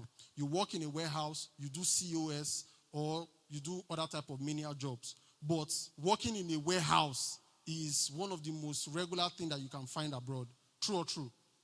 True. And this working in a warehouse, you are not just doing electronics alone. You are also sometimes packaging food, sometimes working in Amazon warehouse, and so on and so forth, right? So these guys understand that if you need to prosper, you will have to think about large number of people. Please follow me, pay attention. Yeah. Now, we have looked at the European landscape. We will come back again to Africa. And as Africans, this thing is very common with us. We have a couple of crops here that we are the largest producers of, or the second largest producers of. But let's see who is earning the money from those crops. Let's look at cassava. Cassava, Nigeria is the largest producer. True or true? Baba's own is spoiling in his farm. Prof's own is spoiling in his farm, right? But guess who is the largest exporter? Thailand. Are we following? Number 2, Nigeria is the second largest producer of sorghum. Guess the largest exporter of sorghum? United States of America. Number 3, Côte d'Ivoire is the single largest producer of cocoa. This one I did pay me pass. Like, I feel like, I don't know if I should say this publicly, but I feel like there are some countries that should be hungry. And they are not African nations. They should just be hungry like this. But they are not African nations, right? But you'll find out that, further down my presentation, you'll find out that these are the guys even making the money compared to Africans. Look at it. Côte d'Ivoire produces about 35 to 45% of all the cocoa in the world. West Africa alone produces between 73% to 75% of all the cocoa in the world. If you find any cocoa anywhere, 73% to 75% is coming from West Africa. Nigeria, Ghana, Cameroon, and Côte d'Ivoire. Which Côte d'Ivoire is the highest, right? Who is the largest exporter? Netherlands. They are the largest exporter of cocoa in the world. Now let's look at yam. Nigeria is the largest producer of yam. Who is the largest exporter of yam? Ghana. Because you are unable to meet compliance. They say, this yam that you guys have been talking about, bring it. We brought our Nigerian yam and it was just spoiling on board the ship. What does it cost to drive excellence and to comply with global standard? What does it cost with all the monies that we have? And you have farmers who are growing this product, and they are growing this product, and at the end of the day, they are unable to sell, or they are selling close to a loss in the marketplace. No incentive for being the largest producer because you cannot comply with standards. You're trying to cut corners, right? The next one we're going to look is cashew nuts. Côte d'Ivoire is the largest producer of cashew nuts in the world. Guess who is the largest exporter? Who? Vietnam. Vietnam is the largest exporter of cashew nuts. Now, guess what? I wanted to read this to us, or I wanted us to read it loud, but we will learn from the best. Are we following? We are going to learn from the best, the guys who have the results. We are going to sit at their feet and learn. But I want you to look at this. A clear example of this trade is between Ghana and France.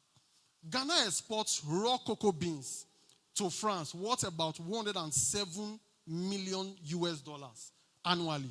But guess what?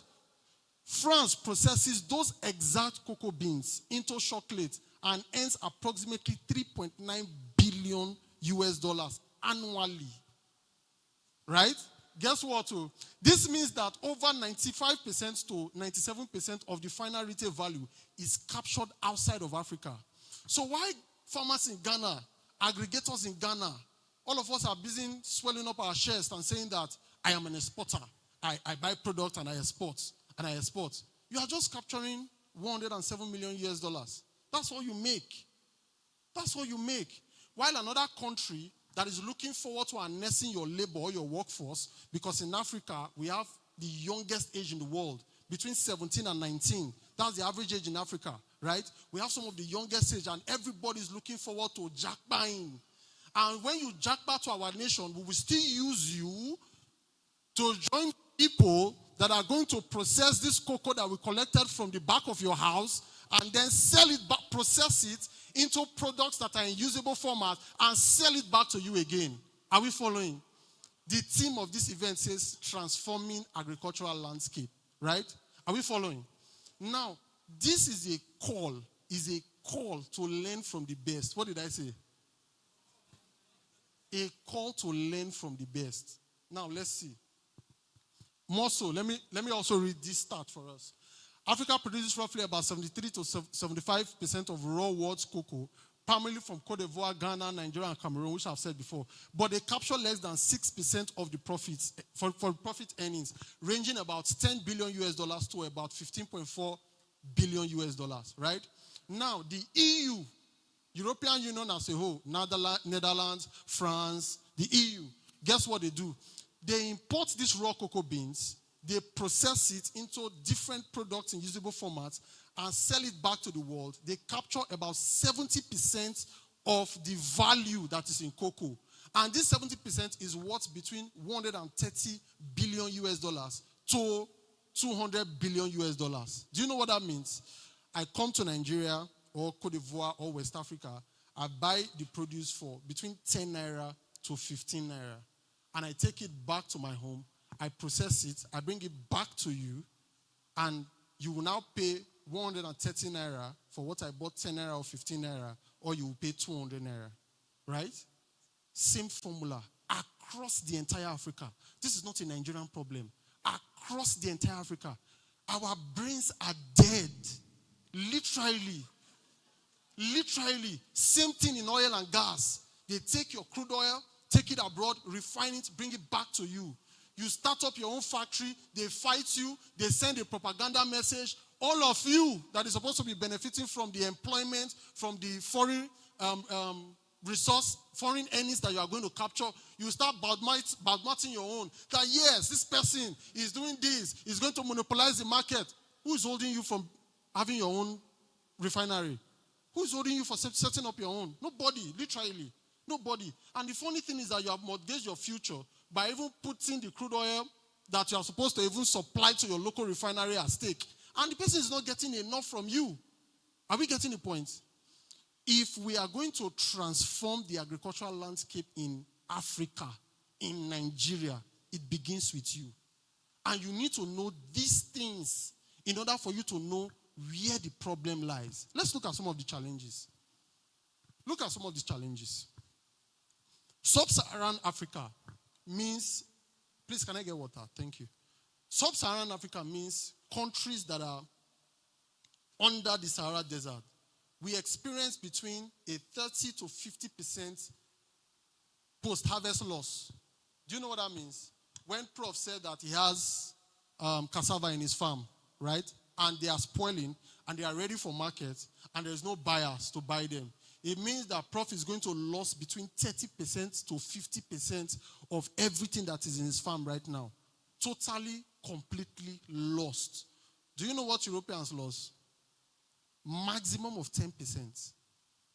Maximum of what? 10%. Now, look at the total volume lost. Across Africa, we lose about 37%.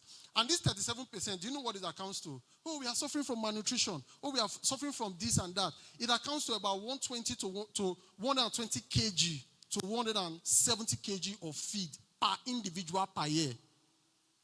I don't know if they have eateries that sell food here per kg. We have that in my state, that once they put your rice on their scale, they'll be able to tell you how much you are getting. If you know how much you pay per kg for rice, just rice, and then you are now losing 120 to 170, and some people cannot even eat because there is no ecosystem that is supporting Prof to be able to harvest his produce, to process his produce, to put them in usable formats, increase the shelf life, and sell it to as much people as possible. Are we getting the point? There's no ecosystem. So let's continue.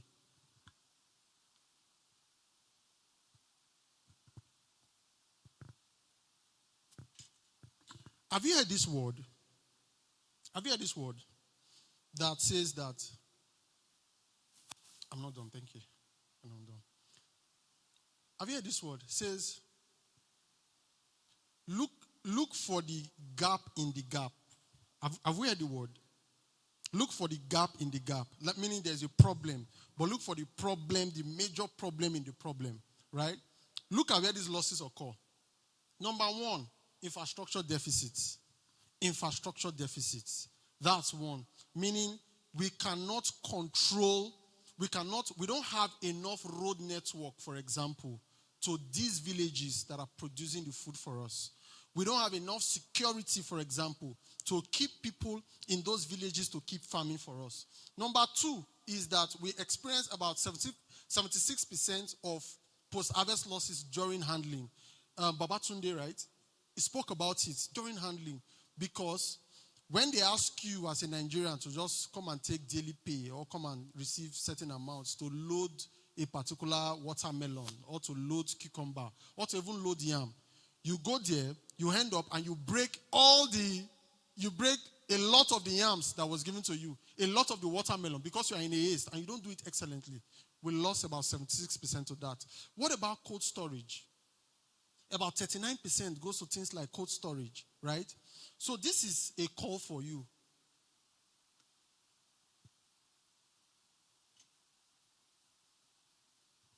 Thank you. This is very thoughtful. So this is a call for you as Nigerians and as Africans. We have been taught, everybody here is saying one thing. We have never met.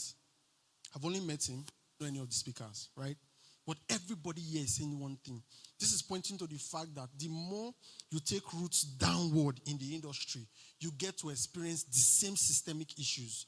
And those systemic issues are rootly embedded in our culture, in the way we do things, in our education level, in the level of exposure that we have, right? So these are some of the challenges that you have. Now, in order for us to drive growth and profitability, I want us to learn from one of the best, which is the example I gave to us before, European Union. Let's look at them. The largest producer of milk in the world is our brothers, India. They are the largest producers of milk in the world, right? You know all the milk we consume, like they are liquid milk before they are being transformed to powder milk, right? Now, the largest exporter of milk in the world is Netherlands. But as an entity, the largest producer of milk in the world, because India produces about 22%. But EU, as an entity, they produce jointly about 27%. Let's look at what they are doing with their resources. This is their crude oil. This is their cassava. This is their cocoa. This is their cashew nut. Look at what they do. They are the single largest exporter of milk in the world. Meaning, should be all of us as EU, as African unions, we are the largest producers of milk in the world. Okay, thank God that we are producing this milk. This milk that we're producing, we don't have enough buyers here because we don't have the population that can consume it. And because this milk can go bad on time, what do? We need to put them in usable formats, process them, increase their shelf life, and sell it to the world.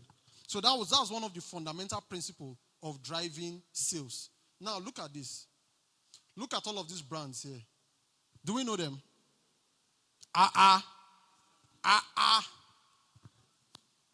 Please permit me, let me use 2 seconds to drink water. Do we know them?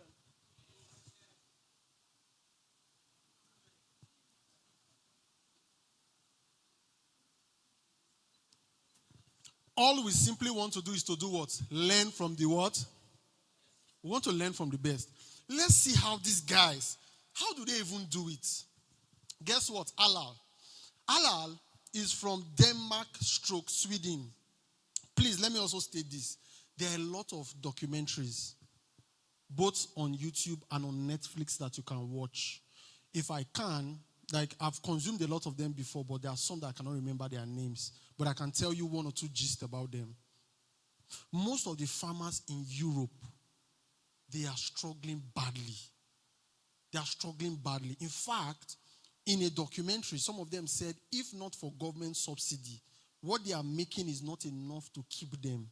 But they are now getting subsidy at the end of the year, and they now take that as their profits, including the small money that they are able to make, right, in the course of the year, right? Now, when they do that, one of the critical things that they also do is that they now put themselves in a cooperative, because this halal that you see, halal is formed like a cooperative society of different cow owners or dairy farms that came together to form halal.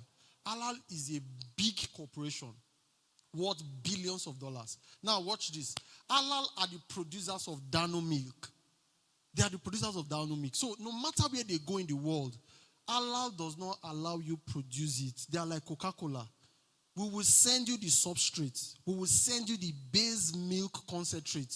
You can add anything you want to add. Water, flavor, anything that is found in that locale. But you see this thing, it has to come from Sweden, or it has to come from Denmark, especially Copenhagen, Denmark. That is where halal is based, right? Let's look at the next one, Danone. All of us know fan milk, Abi? All of us know fan milk. Now, let me also say this.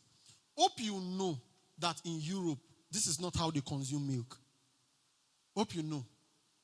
Yes, they don't consume milk this way. They consume milk in gallons, big gallons, unsweetened milk, straight up from the cows, just sterilized, and they bring it to you fresh. You put it in your freezer, you drink, and you are good, right? You are getting all of the nutrients directly. But what they have done for you here is to increase the shelf life. And in order for them to increase the shelf life, they are going to put it in usable formats. What did I say? Usable formats. That's what they do. Now, you see fan milk. If you were to see fan milk in the Europe, it's going to be like 4-liter gallon. It's going to be like in 10-liter gallon, right?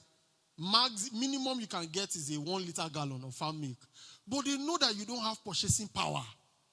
And they know that you still need to consume this thing. They need to market it to you. So they will put it in usable format that your pocket can carry. So that immediately you buy it, you can consume it immediately. You need to learn from the best. Let's go to the next one. Hope we know Friesland Campina. They are from Netherlands, right? Producers of Peak, 3 Crowns, Olympic, Nunu, Coast. One company produces all these brands. Now, guess what? Let me shock you. These guys use 3 market strategy. They have a premium market, they have a medium market, and they have a low market. If you come, some of us, we like to form class. I don't like Pico. Now 3 Crowns I like fast. Give us the money, take anyone you want. No, now this Nunu, I think I like Nunu. Give us the money, now we patronize. So this strategy is to milk the market as much as possible. But one brand is marketing 3 brands that they are sharing differently. And it's not just common with them. So when we hear that people are going to London Business School, these are some of the things they are learning. Your phones, your itel, Techno, and what's the other one? One company produces all 3 of them. You buy itel, you buy us. You buy Techno, you buy us. You buy Infinix, you buy us. So you as Africans, forming your social class. No. You know, saying Samsung we like to use. You buy us, right? Choose the brands. We are giving you the options. We are giving it to you. Choose. But we are the ones that we present it to you. That this is what is obtainable in the market. You can form your class. You can say, no, I'm just the iPhone baby. I like iPhone. Don't worry, Samsung will still produce the camera. Hope you know. Right? So this is how businesses work. Let's look at the last one. The last one is Nestle. Nestle is a giant. Nestle is a powerhouse. All of us know Maggi, right? Who produces it? All of us know Golden Morn. Who produces it? All of us know Cerelac. Who produces it? All of us know Nan. Do you know Nan? Who produces it? All of us know SMA. Who produces it? Ndido. Thank you. Milo. Who produces it? Unadeya. Now, I want to shock you now. Oh.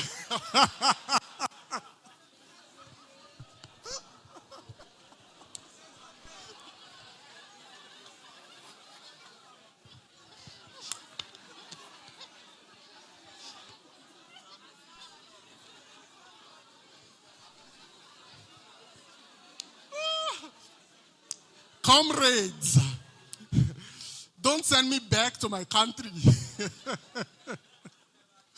Please, I'm not your oppressor. Are we getting value? All right. Thank you for that, by the way. That's a good icebreaker. All right. So, let me shock you. In investments, now we're looking at access to finance. I just want to digress a bit because it's not in my slide. In investments, we have the startup capital that we have set up in this company to grow this company, to establish this company, to have the leading market share of the company, right? So what we now do is that let's try and get into the Nigerian market. This is the formula. All of these international brands, what they do, they first produce like some small materials, you know. Thank you so much, sir. They first produce some samples, some product. They import it and bring it to your market. When they bring it to your market, they start branding, they start doing marketing and sales. They try to see as much people as possible that can buy into their product, right? And as they see that purchase or transaction increases and their cash flow increases, they try to set up a proper base in your country. When they set up a proper base in your country, like I can mention, like names of companies entering my head as I'm talking now, but I will mention names later. When they set up a base in your country, then they invest a lot of money, which they bring in a lot of investors, right? And sometimes this investment is raised in their home country. Let me give you an example of UK, something I just learned recently in UK. If you invest in a startup company in the UK, and you invest, I want to use the exact example that the person gave. You invest £10,000 in a startup company. You are going to get back immediately £5,000. They will pay you back immediately as part of your tax break for being an investor.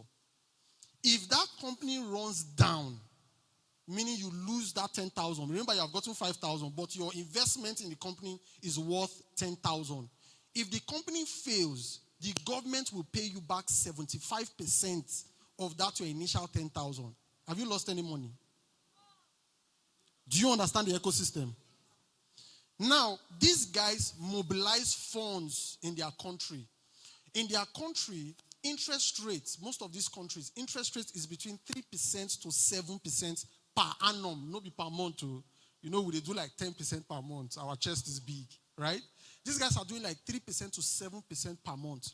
If they test your market and they see that your market is viable enough and your market has promising future and potential and they know that they can penetrate, what they do is to access this type of funding, either through equity means. Equity is getting other investors and say, this is what we're doing in Africa. This is what we have achieved, been able to achieve in the last 1, 2, 3 years. These are the financials, and this is the market prospect, right?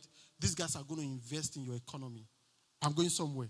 When they invest in your economy, set a proper base, all of us are happy. I work for Nestle, I work for Coca-Cola, I work for Nunu, I work for so on and so forth. Guess what happens at the end of the day? They will take that company public. They will move out their investment to their country. They will move out the profits to their country. Once they move that out to their country, they bring you in to use your own capital to fund the company that is working.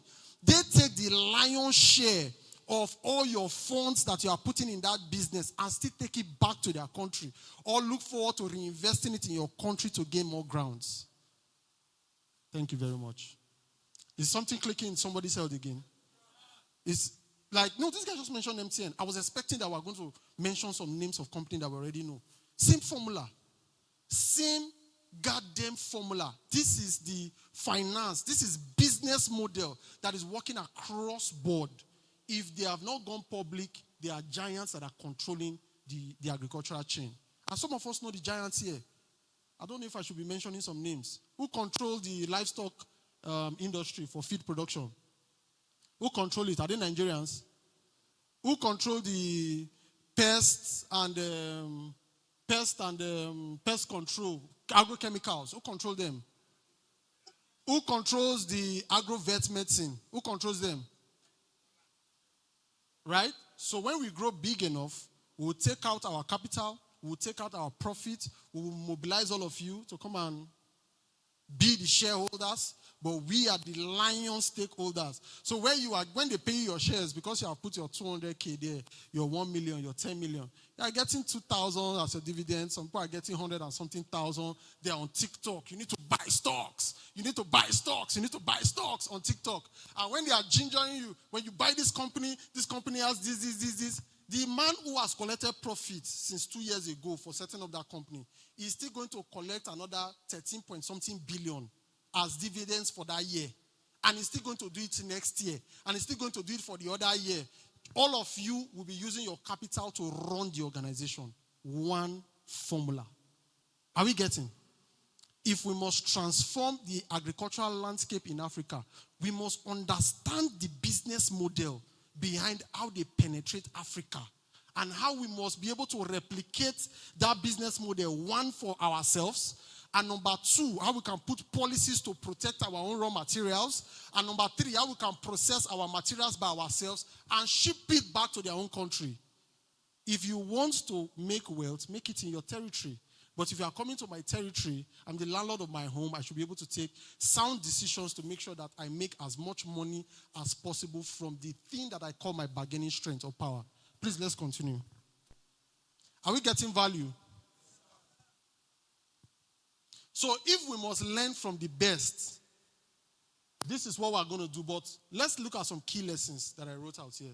Number one, what do we have in abundance? What do you have in abundance in Ibadan? What do you have in abundance in Ekiti? What do you have in abundance in Lagos? I know you have Cocoa House, but your entire nation is making less than $5 billion US from cocoa. So let's look at something else. What do we have in abundance? That's the number one thing. Number two thing, what economic benefits do they have? So when I say what do we have in abundance, I say cucumber grows in our place, so watermelon grows in our place. So if you cannot turn watermelon into fruit juice like what House of Cheese is doing, like what Coca-Cola is doing, then there's no way you can scale it, right?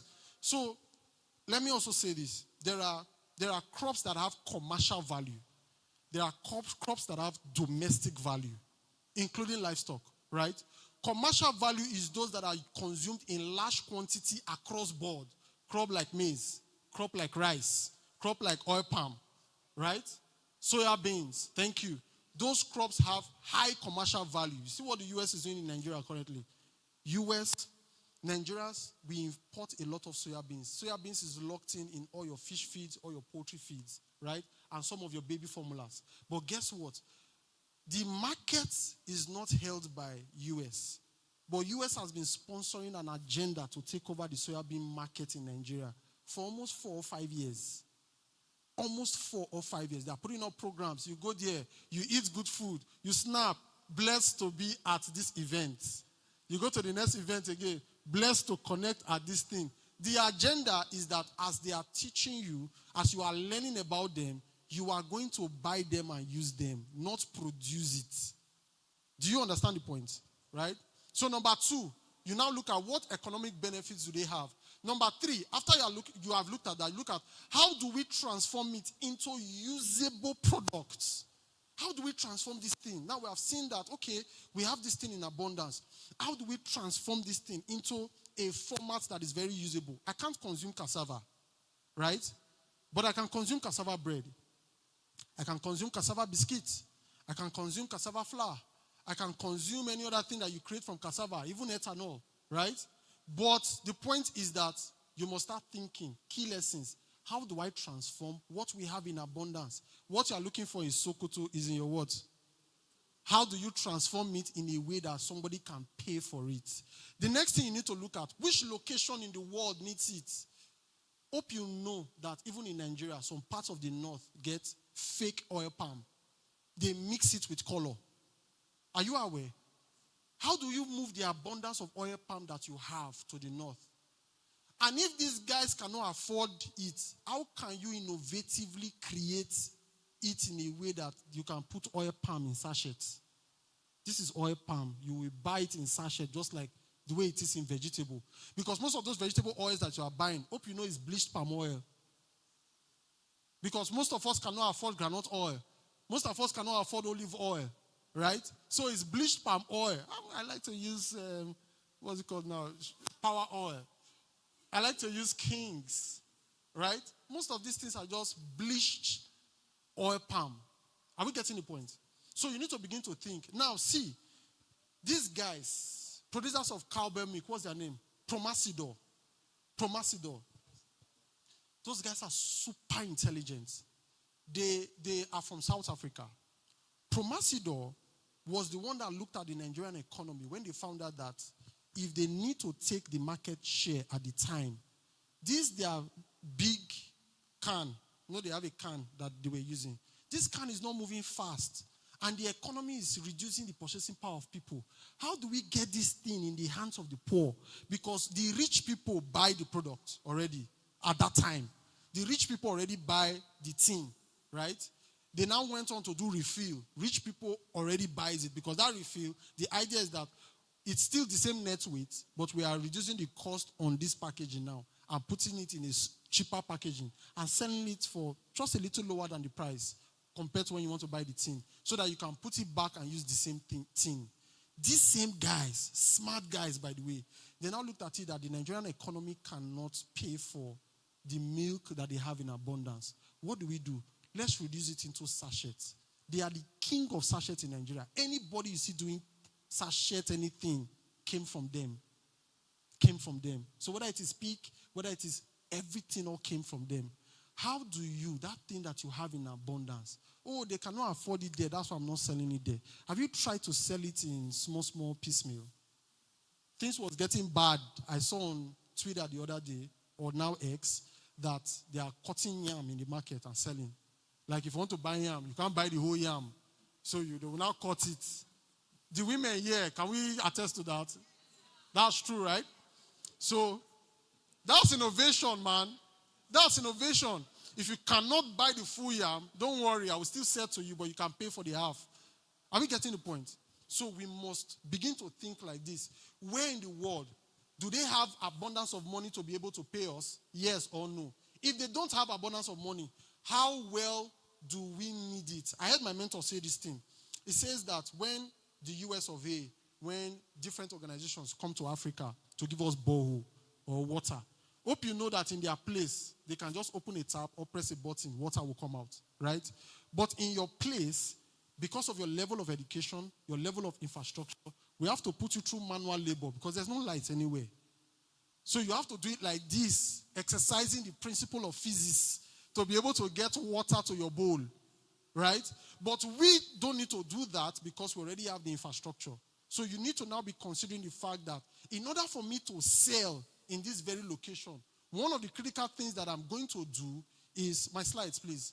One of the critical things that I'm going to do, I'm going to put it in a manner that the culture likes, in a manner in which the people are able to pay for it, in a manner that is appealing to the audience that I want to sell it to. Then look at the last one. The last one is, how do we sell them? How do we sell it to these people? What format is best? The president of Olam visited our farm about 2 or 3 days ago. The person that started Olam factory, he visited our farm about 2 or 3 days ago. So I now asked him, I said that, why did you choose agriculture or farming? He said no, that they didn't choose farming, that they just saw an opportunity in helping farmers get the feeds that they need. And they just decided to take the market opportunity. How do we sell them? And before that 2016, when they established their factory in Nigeria, they have been importing high-level maize, high-level soya into the country. According to one of their other guy, not from the president's mouth now, according to one of the other guys, the guy said that these guys actually thought that we consume maize, like the maize that they buy, we put it in bowls, boil it, cook it, roast it, anything, and consume it like that based on the volume. It was when they now came to do their market research, they now found out that, oh, these guys are using it for something else. And let's look at what is obtainable in this thing. No, we can produce something higher. Same guy, president of Olam, also told me, said Nigerians, we're just having regular conversations, said Nigerians don't consume chicken. Ghana consume more chicken than us. Cameroon consume more chicken than us. He said, forget the internet. This is data-based. Like, right? They're work data-based. These guys consume more chicken per individual. And yet you are crying for markets. You have 250 million people. Why are we not consuming chicken? Why? Purchasing power. Okay, if purchasing power is like that, what's happening to those people selling only lap in the market? Hope you know that people go there and sell only lap in the market. But that market is chiefly dominated by all the chickens that are coming in from Brazil through the Port Novo, right? So we need to now understand what is obtainable. My slides, please. What is obtainable in the marketplace? Now we have looked at 5 key lessons. Abi? 5 key lessons. We say number 1 is what do you have in abundance. Number 2, economic benefits. Number 3, how to transform them. Number 4, what again? Let's not go too fast. Number 4, we said which location in the world needs it or lack it. Then number 5 is how do we sell it. So these are key lessons. Hold it on your left hand. We're coming. Now look at all these things that we have said. Let me make a summary for you. The summary is that life in itself, in this day and time, is chiefly driven by product development. Let me say it again. Life in itself, in this day and time, is chiefly driven by product development. Product development does not apply to you having a physical product only. You can have a company, a consulting company that has different products for different purposes that are solving different problems in the society, right? So we are not limiting product development now to products only. But I want to show you some companies that I admire and what they are doing. Number 1 of them is Chemonix. How many of us know Chemonix here? We may not know them. It's always like that. All the bad guys, there's a way they just disguise. All the small boys will be shouting, my name is Alfred. We are dominating the Nigerian market. Alfred is not seeing $1 billion, right? Chemonix is a private sector company owned by US or owned by individuals from the US and from different parts of the world. And they implement projects for big NGOs, USAID, UNDP, big NGOs. That's what they do. They come into your country, they look at the health sector, they look at the, agricultural sector, they look at the education sector, and they decide to implement, and they decide to write proposals to these NGOs. When these NGOs announce that they have funding for XYZ sector, they write proposals to them, they bid for it, and most times they get it because they have built a track record, right? I have personally gone for interview to work for Chemonix. And I will tell you why as we go. So let's go. The next one you see, Jubaili Agro. They are from where? They are Lebanese. They are here. I came here maybe the head office is here. I came here maybe 7 years ago or so for engagement with these guys, right? Extension Africa. This one is owned by one of our brothers here in Nigeria. What are these? Good. The point I want to make is all of these companies here, please leave the slides. All of these companies here are known for something, right? They are solving one solution. I know your company has plenty things that you are doing, but you need to have a flagship product. A flagship product. Let me say it again. I know you have plenty ideas. I know you have plenty things that you are doing, but you need to have a flagship product that you are known for in the market. And with that product, you can decide to fund all your other ideas, whether they work or not. If we mention Chemonics, you know that these guys are working for international giants and international NGO, implementing projects and making money for themselves. If you look at Jubali Agrotech, what are they doing? Supplying inputs, whether it is livestock, whether it is crops. That's what they are doing. They help you tackle pests, they help you tackle diseases, they help you control, right? If we mention Extension Africa, what do they do? They are driving extension services. The gap in Nigeria, one extension agent to 10,000 farmers or 10,000 people. In Europe, one extension agent to maximum, some locations, 500. The worst I've seen is 1 to 3,000. That's the worst I've seen in developed nations. But these guys have dedicated extension agents. This is our brother here solving the problem in Nigeria. And they are doing that both virtually and physically, right? The next one is Seedco. How many of us know Seedco? Our maize with brown, right? With a bit pink or orange. These guys are Zimbabweans. The company is owned by Zimbabweans, right? The next one is Soilless Farm Lab. What do we know them for? Greenhouse and soilless farming. I'm waiting 1 year, right? Good. But the chief brand, the Ogak Patakpata, if you want to do soilless, who do you go to? Soilless Farm Lab, right? The next one is Saro. We know Saro, right? Products company. Also, pest control, disease control, and so on and so forth. The next one there is Elo Tractor. What do they do? Sorry? Good. Machineries for farming. Mind you, hope you know that we lack a lot of tractors. And these guys are solving that problem. Because each local government in Nigeria, the 774 local governments in Nigeria, are supposed to have at least one tractor. But if you know Farm Crowdy, the old Farm Crowdy, right? What did they do? What problem did they solve? Farmers. Access to finance, crowdfunding, access to finance. That's what they do, right? But let me show you something. You know I said that. See, it is not a must that you must develop a physical product. But as a service company, you can develop a service product that is solving problem, right? So look at this. These guys, Chemonics, are solving a service problem. They don't have any physical thing. You don't know them. Jubaili is solving a physical product problem. Extension Africa is solving a service problem. Seedco, physical product. Soilless Farm Lab, both the product and the service. That's what they are doing. Saro, physical product.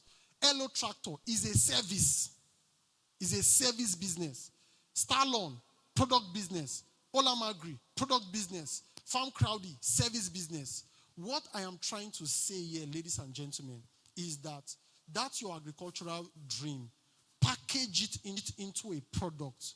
Whether it is a service in your head or it is a physical product, package it as a product and sell it to the world. What is the solution? We have explained, we have looked at many gaps that we are facing. You can decide to say that you want to build trains that are going to be moving agricultural products from the north to the east to the west to the south. That's your thing. Don't worry, we are going to attract this level of foreign investments and we build this infrastructure and we build it for the next 100 years. So when they build a toll, it's the same thing. The difference is that this one is government funded and they are still going to borrow money to do it, right? Or it's maybe a PPP. But you can solve economic issues just like Dangote has done. What Dangote did now is him solving a national, a continental, a global issue. And it's going to be as rich as possible before it will go, right? In order for you to drive profitability, my slide please, thank you. In order for you to drive profitability, you must understand. I said two things. The first one, I said you must understand business models. How these guys come into your country, they raise funds from what they test the market, raise funds, bring it, establish, pull out their fund, pull out the profit, let everybody in that country fund it while they still cash out for as long as that company is going to exist in that country. That's one. The second thing you need to take home today is understanding how to build products from whatever you are doing. Whatever you are doing. Go to First Bank, they have a product. Go to Zenith Bank, they have a product. Product for children, product for retirees, product for savers, product for anything. People just create any product. Go to travel agencies, they have different products. Product for hotel reservation, product for visa, product for study, anything, they have products. Name any serious business that is doing anything. Products. Come to church. Winners Chapel, what do you know them for? Shiloh. Redeemed, what do you know them for? Holy Ghost Congress. Mountain of Fire, have their own. Deeper Life, have their own. Name it. It's flagship product. Oh. Name any organization, anything on your shelf. Flagship product. You can do many things. Yes, we agree, but you have to be known for something in the marketplace. Are we getting value? All right, so let's run.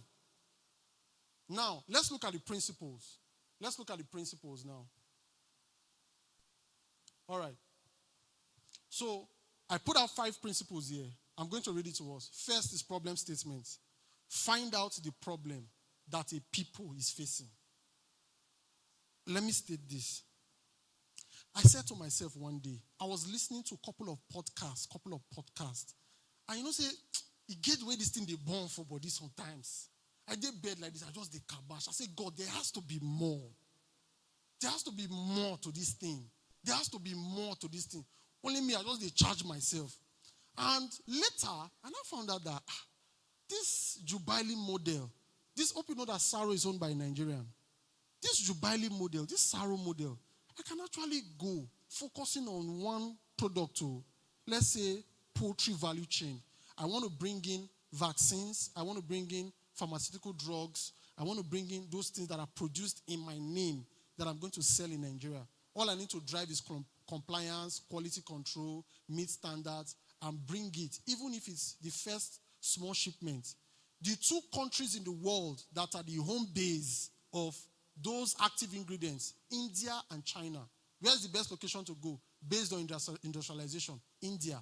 If you go to India and you find all the research already there, every active ingredient that is solving every problem that your bird will ever face has already been researched for you. It's already in academic books, right?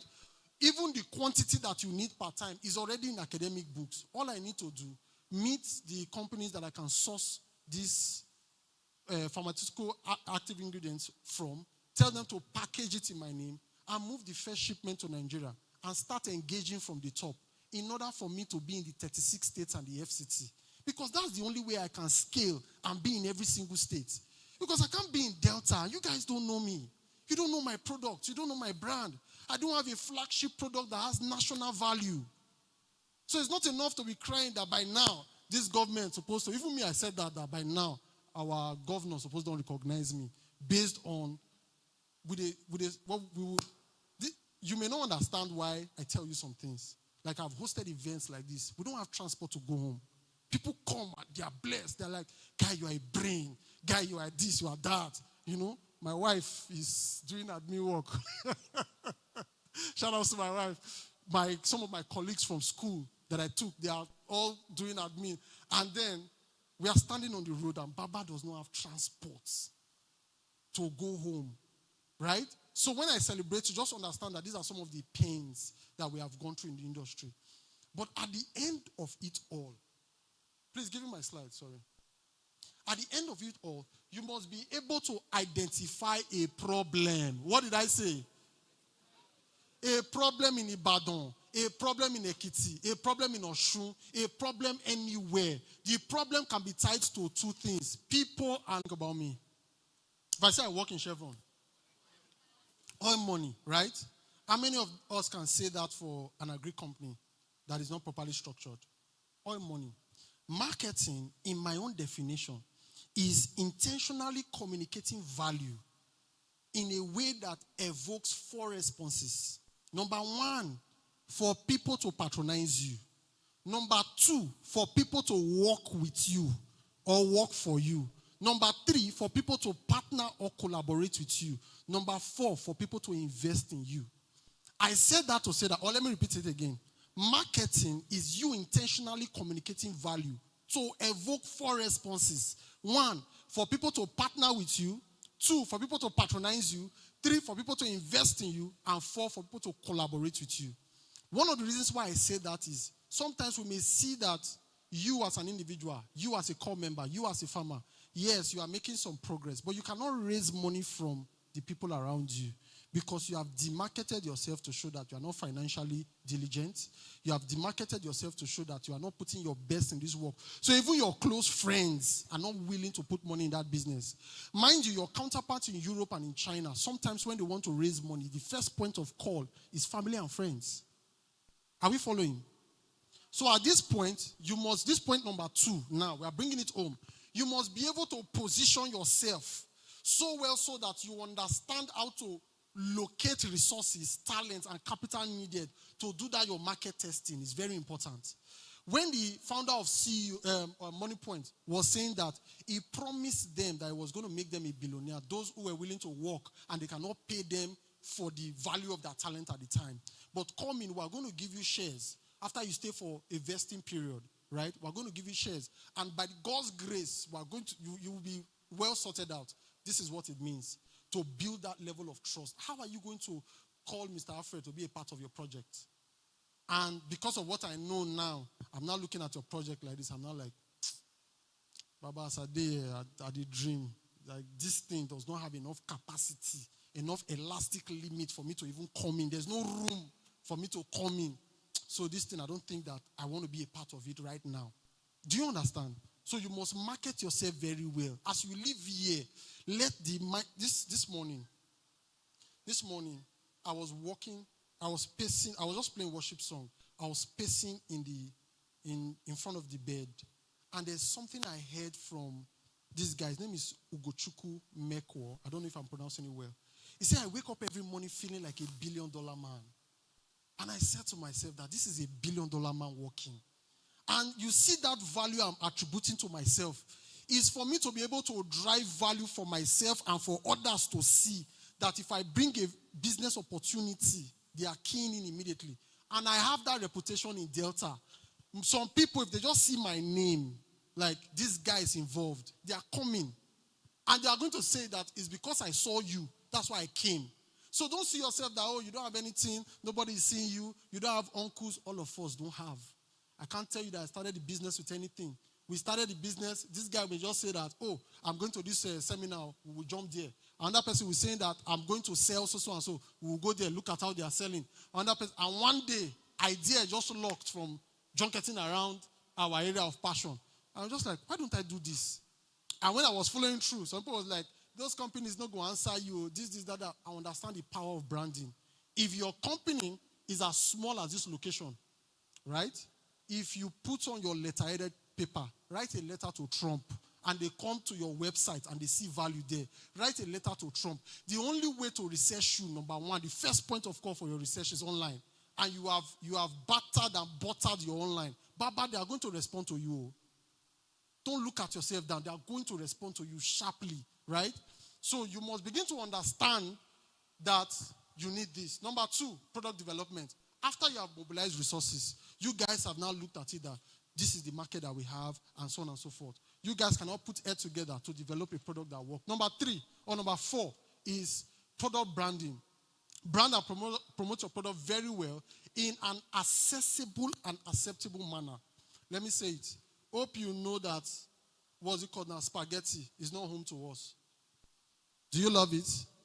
Oh, my daughter loves spaghetti. She does. It's from Italy. It's an Italian dish. Hope you know that your Indomie is not home to Nigeria. It's from Indonesia, right? So what they have done is to put it in a manner that is appealing to you, to tell a story behind it that is appealing to you. Then number 5, you sell it to the world. Sell it like crazy.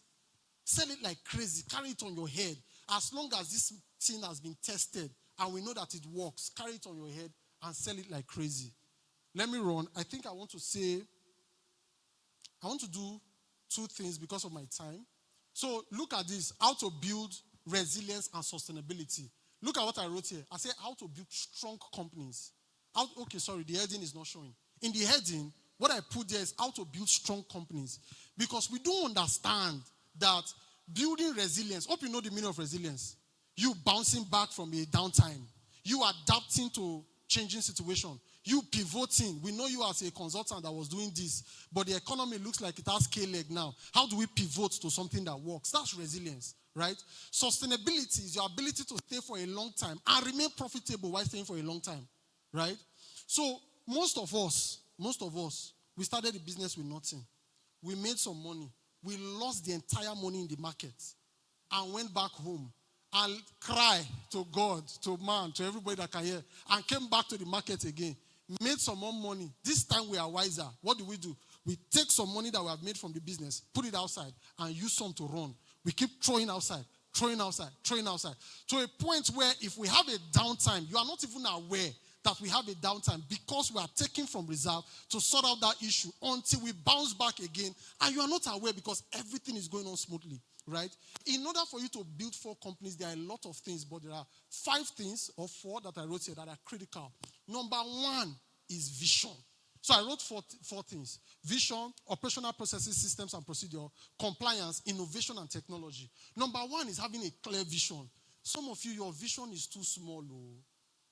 Your vision is business for daily bread. There is no employment in Nigeria.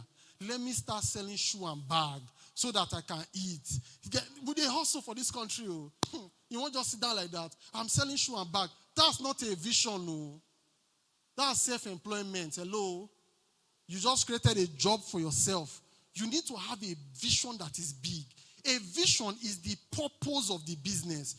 What problem am I going to solve? I have come here today. I have heard different statistics. How am I going to solve a problem? Dangote says, we have been exporting crude oil since XYZ time. I want to solve this problem. Right? So that we stop importing, and now we now turn to net exporters. That's a clear vision. So what vision do you have for your business that you are solving? Number 2 is that the vision that you need to see is the end goal or the destination of that business. So if, for example, we have come here to talk about many, many problems, somebody's vision may say, I want to become a policy maker that one day I will sit in the panels and I'll be able to drive policies that support agribusinesses. That's a vision. So you are driving a change in a particular area, agriculture. That's a vision. Number 2, a banker may say that, I am a banker. I want to one day be able to create a bank, or something clicked just now, I will tell you. I want to create a bank, or I want to create a product that is addressing access to finance problems for farmers, right? Or people in agribusiness. And part of what this thing is going to achieve is low interest rates, so that they can get an interest rate that is going to make them competitive in the world. And what I want to do is to mobilize resources from NGOs that can give me capital that is of 0 cost of capital, so that we can lend out at a very reduced, what's it called now? We can lend out as a very reduced, my charger is with, so that I can lend out at a, don't worry, let me get the slide now.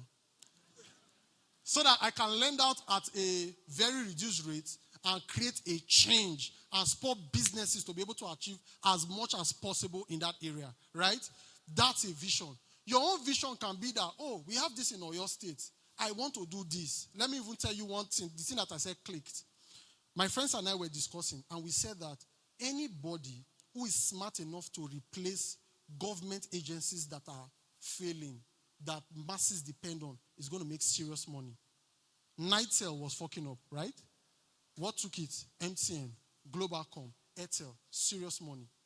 NEPA, they were messing up, or PHCN. Are you seeing what solar is doing?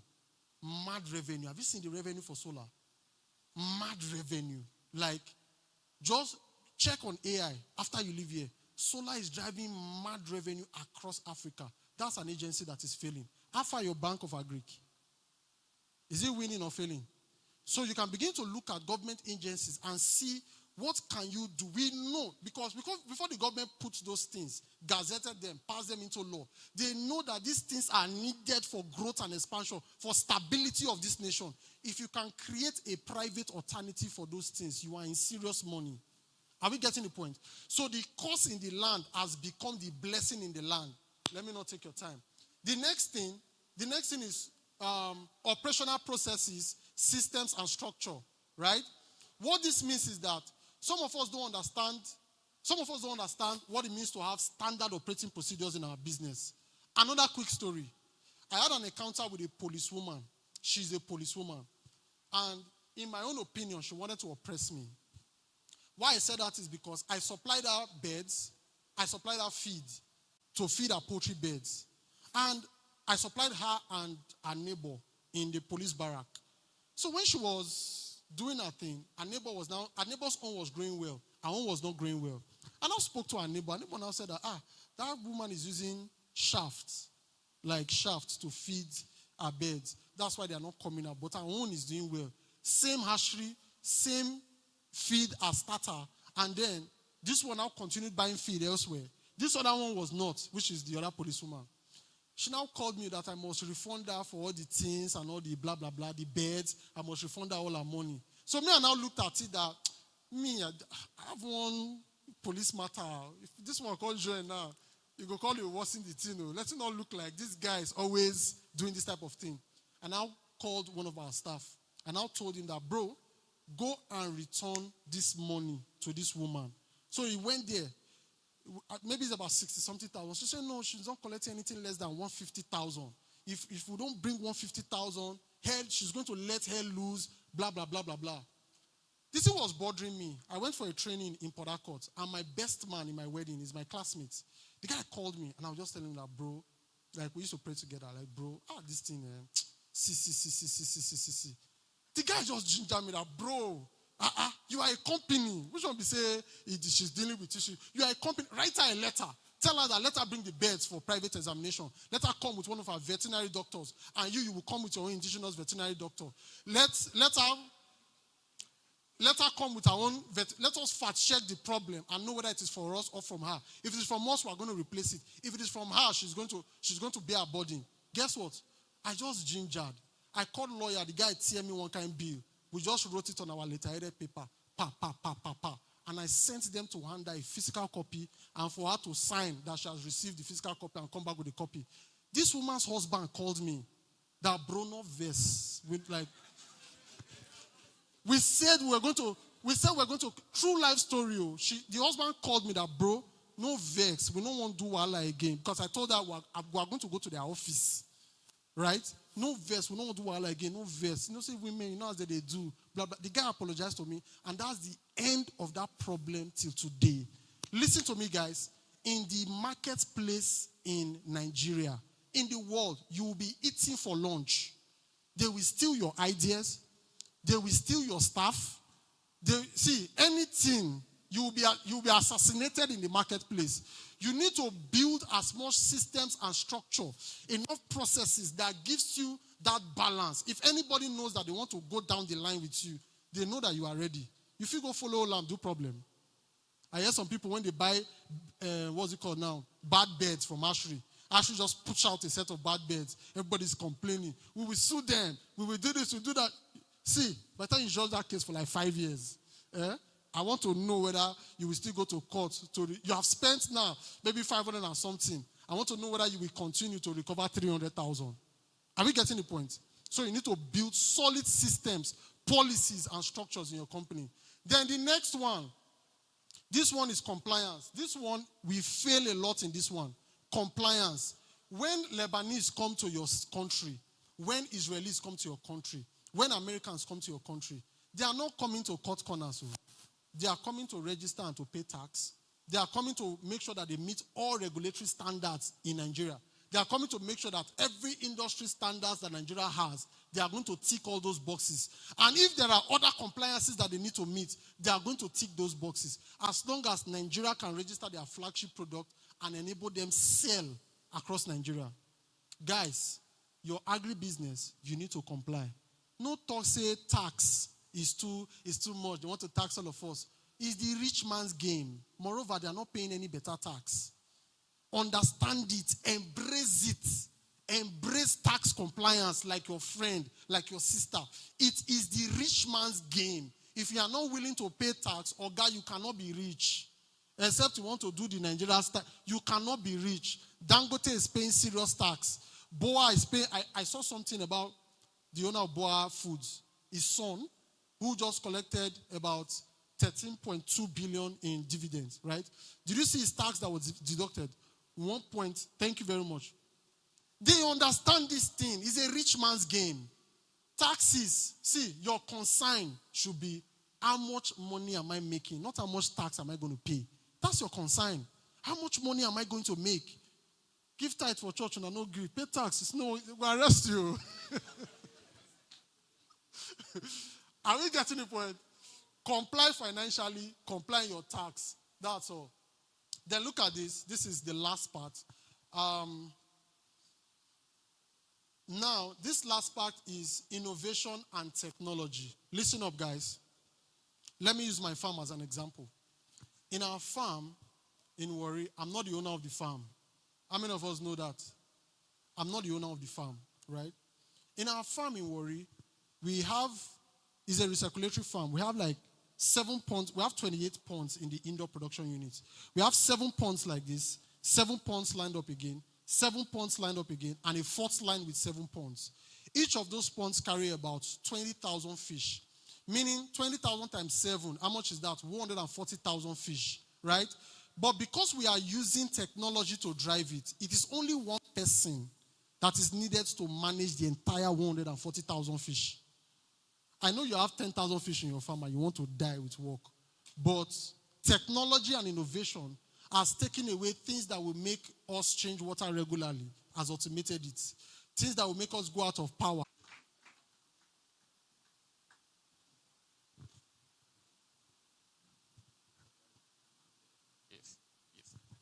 On behalf of FARMDEV management, we present this award to you. Thank you so much, sir.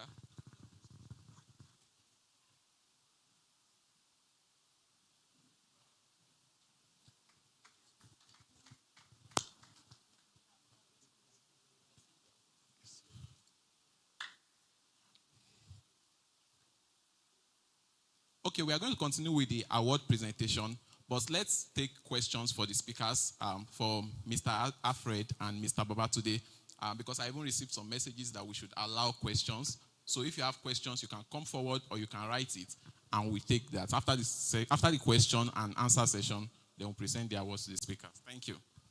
Thank you so much, sir. Once again, a round of applause for our amazing speakers and guests. So if you have questions, now is the time to ask. Anyone with a question? Okay, I have one person here, 2. Please come forward if you want to. Okay, you have a question, sir. Okay, just stay here. Thank you.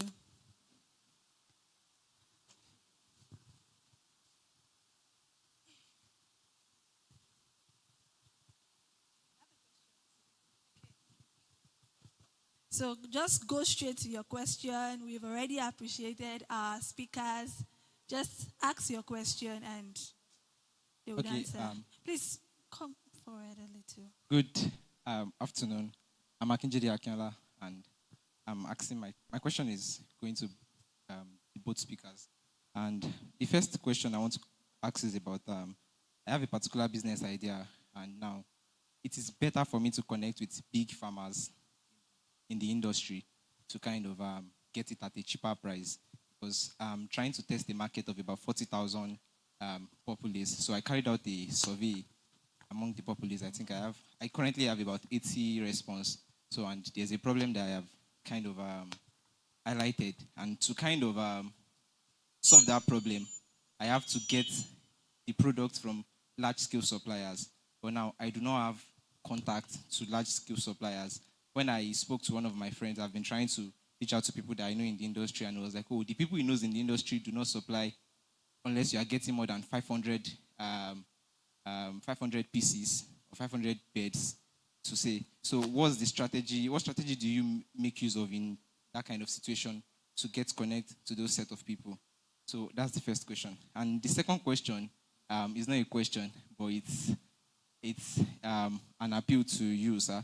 So I'm building a system currently about agribusiness, whereby we train students, because I believe concocted with business idea, and we have to kind of see future beyond just getting jobs. So I created a cohort. I pitched in an event and I won a grant, although the grant has not been paid though. But we built a system whereby we trained students, about 30 students, and we invited facilitators on agribusiness.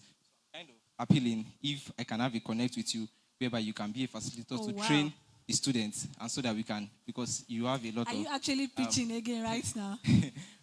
I see you have a lot of potential to kind of motivate, and I searched up about you. I noticed that you do something like that in your state, in Delta, whereby you train 50, I read it up online while you were speaking, about 50 people. So I would like to please, if I can get access to you to kind of make use of that avenue to train the student and to also prepare the African agribusiness So sector. please, the microphone. Thank you.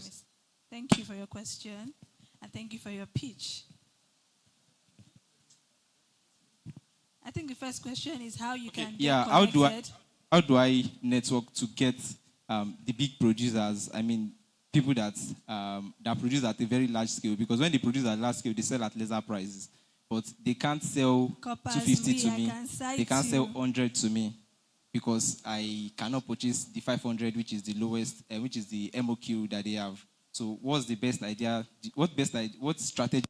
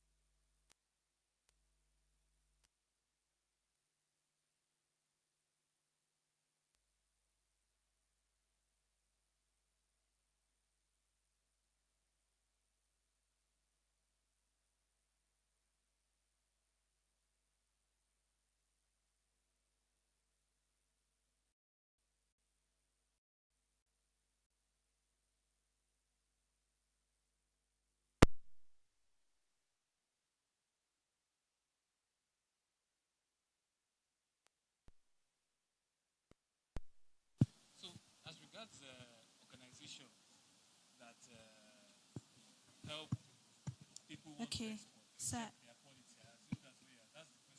If there's any organizations that help you with checking quality. Mr. Tunde, sir, please, I think you can check your mic. Okay. Your question is, are there any organizations in Nigeria that would help with checking the quality of your products before you export, Abi? Yes. Yes. Let me say yes.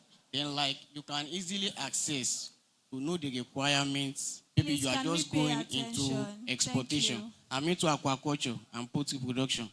So and of course, I've been looking for a way to go into exportation. I've been doing it for a while.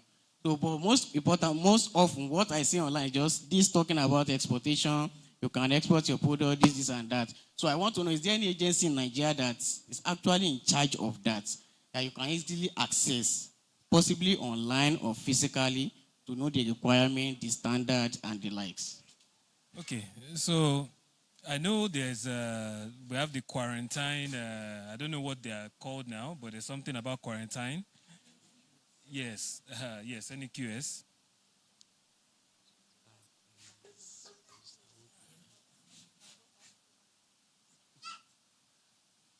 So there's the quarantine agency that helps, when you want to ship, they would come with customs and NAFDAC and NDLEA to inspect and I'm speaking in the context of if you're maybe shipping a container load for it. Can you hear me now? So they will come with these people to come and inspect your goods before they are taken to the port. But the reality is that many times it's not like they would, you know how Nigerian things that can be sometimes, So the onus is still on you as the exporter or the business person to make sure that the quality of what you want to send meets the standard of where it's going to. And that means, and I'm speaking from my own experience now, I think your best bet is your research. I will be sincere with you. When I started exportation, I didn't get any training from anybody. My best friend was my computer and my research. I know the country where I want to ship to. Let me use America, for example. There's a huge file that they have. I think it's downloadable online, maybe about 200 or so pages, about all the labeling requirements, how your product should be. Not everybody will take time to read this type of things, but if you want to, you take time, you go through it, look at what works for you. So I think that's because the guys here, yes, they will do their part, but if your product gets there and for some reason it gets rejected, you're going to be the one who will carry that loss, right? So my answer to you is yes, the quarantine agency is there. I know the Nigerian Export Promotion Council is also doing a lot of stuff. They have these seminars, where they bring people together, customs and all this, and talk to people on how to do things better. But I think where you can really get the real stuff is by doing research yourself. Look at the country you want to export to. Look at their custom requirements. If possible, see if you can connect with an import broker. If you're shipping something from Nigeria, you need a freight forwarder that will do all the stuff for you, documentation here. So the person who will receive for you on the other side is the import broker. So if you can access, and there are some countries that have a database of import brokers that you can check for. If you find an import broker, you can connect to them, send them an email. They will give you the requirements based on what you want to ship in as regards to what works in their own country. So that's how you can actually get what you really need in order for you to be successful with that. All right, thank you, sir. All right, thank you so much. Next person. Okay, just hand me hand. Bros, how many fish do you have? 5,000. If you process 5,000 fish, you are going to divide it by 4. For every 4 kg, you have 1 kg dried weight. So if you divide that by 4, how many are you going to have? 1,250 kgs, right? Look for 5 friends. Look for 5 friends abroad that you know that these are your guys. Beg them to help you connect you to African stores. If they can, and they give you contact, you guys chat up, talk, and promise your guys commission on the product, right? Do a little shipment to test the market. A little shipment of like 50 kg. Send 10 kg, 10, 50 kg. Now, are you a Christian? Sorry. Okay. So now you are starting. I didn't ask that religiously, please. You are starting as you are with a mindset to grow to what he has said. What he has said now is a standard level, right? Yes, so I'm just adding to what is it. You need to start as you are by exporting 10 kg, 15 kg, 20 kg to anybody that you have abroad. Look for a friend, a family member that can connect you with any of the African stores. Get their WhatsApp contact. You guys talk, chat, send them a sample. When you want to now productize, you are testing the market. When you want to, step 1, I said it's step 2, mobilize resources. You are mobilizing the resources now. Step 3, I now said you will productize it. When you want to now productize it, you now need this one. The home country that you are sending the product to already have a standard.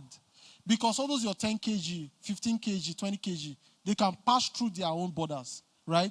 Because that volume is negligible. By the time you are not doing reasonable volume, you now need to comply with existing standards. For you to comply, they have a dried matter weight, a level of moisture content. They need to check you need to do HACCP.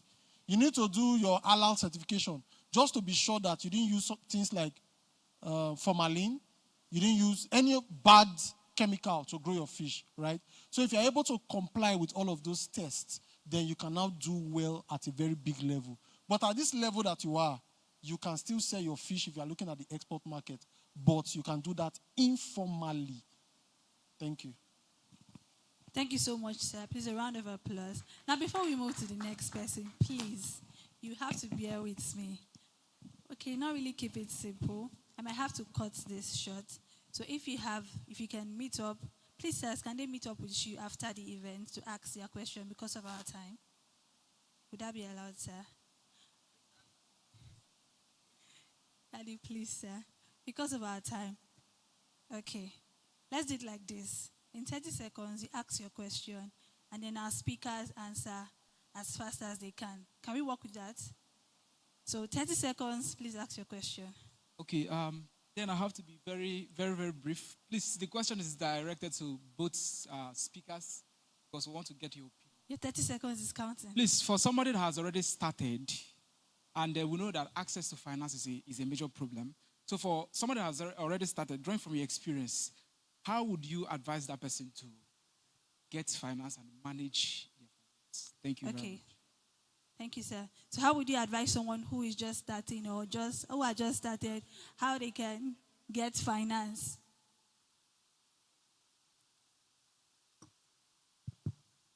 Yes, so it's an interesting question. Finance is a lifeline, it's very important in every business. So how do you source for finance? Again, it's a very broad question, depending on what you're doing exactly. But for me to answer it just broadly,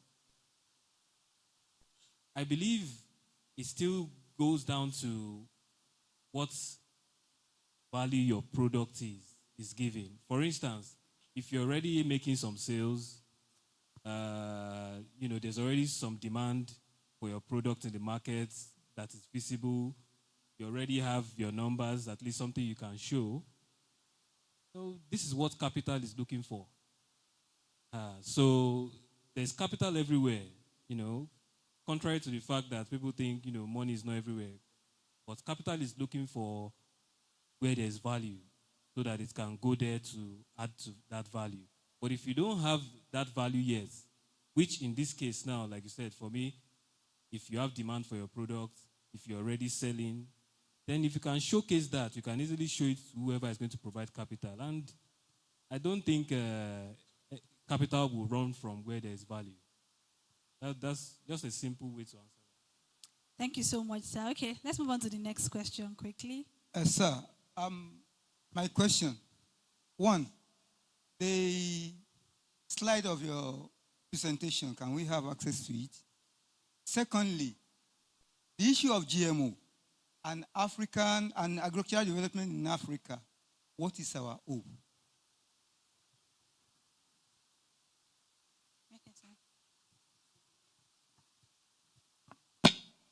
So I'll tell you some quick things, right? But before I go further, go and look for Samson Ogbole's post.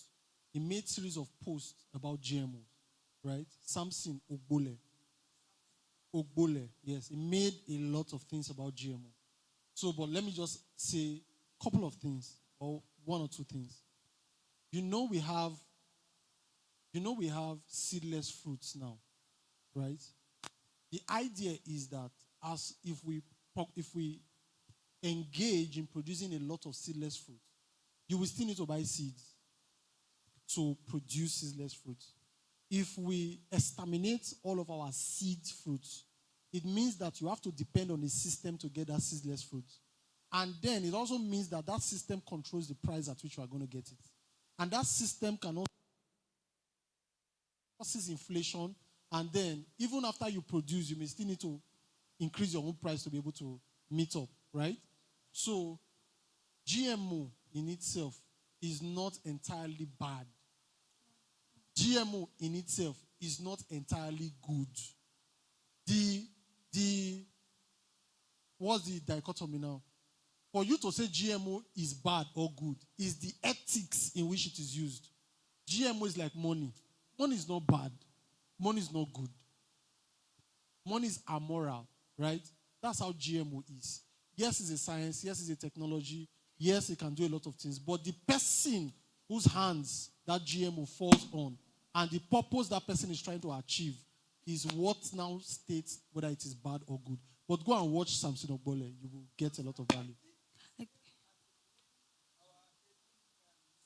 That's exactly what I said initially. Yes, that's what I said initially. So, it's your choice to either adopt it or not. And if you don't adopt it, that's a dead idea. They need to get you to buy it. And since you already know that it's all about control, it's all about control. You already know that. And if you are not buying it, there's no way it can stand. Right? Yeah. Thank you so much, sir. Okay, let's have a last Thank you question. very much. My question is that you talked of having a clear vision, and that it's possible that they steal your idea. So, in the case of originality, how can you prove originality, that you really are the original owner of your idea? And how best can you protect your business idea? Thank you. Thank you, sir. Okay. So, I think we are overrating ideas. Okay. Not underrating. We are overrating ideas, right? Any idea you have now, at least 3 people have it in this room. Any idea you have now. And if you enter the internet, any idea you have now, at least 1 million people have talked about it. And that's why you can research that idea, right? So, it is not about you. There is an energy that you bring to your own idea. What's it called? Jubilee and Saru, they are doing the same thing. This one is selling glyphosate. This one is selling glyphosate. It's same active ingredients, just different dimension. So your originality comes in the way you implement it. I spoke. Oga spoke. The other woman, hope you know that woman's session was fire. Right? I don't know if we got value. All of us spoke. But some people may say that Mr. Alfred spoke XYZ. But it's not true. We just brought different energy to our own idea and understanding of what is obtainable in the industry. Right? So, sir, I don't want you to protect your idea so much so that you are unable to unleash the idea. Right? Put out your idea out there. Test it. Maybe the best way to rephrase that statement that I made is that, let me give you an example which is common in our settings. Let's say you wrote a letter to the government about executing a particular thing. Now they now execute it without you, right? You really cannot lay claim to it, even though maybe you patent it and it may take you some years. But I think idea is highly overrated, if I answer that correctly. Thank you. Thank you so much, sir. Thank you. I have 2 questions here, though, but I will not be reading them. So if you are the one who asks about how to process tomatoes and onions and also how to maximize labor cost, our speakers have granted opportunity to meet with them after the event. We don't want to take much of our time again. So we're about to round up. Please, I'm appealing to us to still stay engaged. We're about to round up. Now, I want to ask a question. We've said it before, and I want us to, answer together. Can we all, chorus the organizers of the program? Africa Agribusiness Summit 2026 is proudly hosted and organized by FARMDEV Consult. So please, once again, let's put our hands together for the convener and every member of the organizing team. So quickly, we are going to see a video now that tells us more about what FARMDEV Consult is and what they do and the impact of their work. Media, please.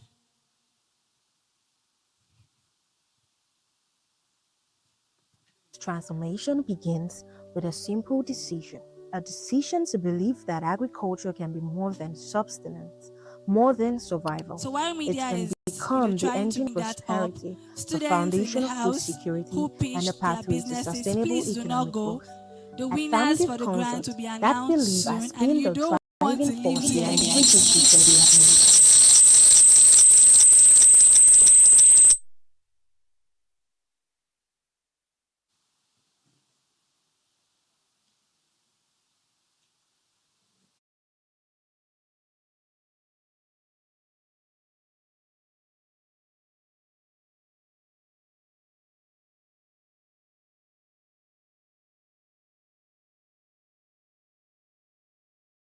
Survival.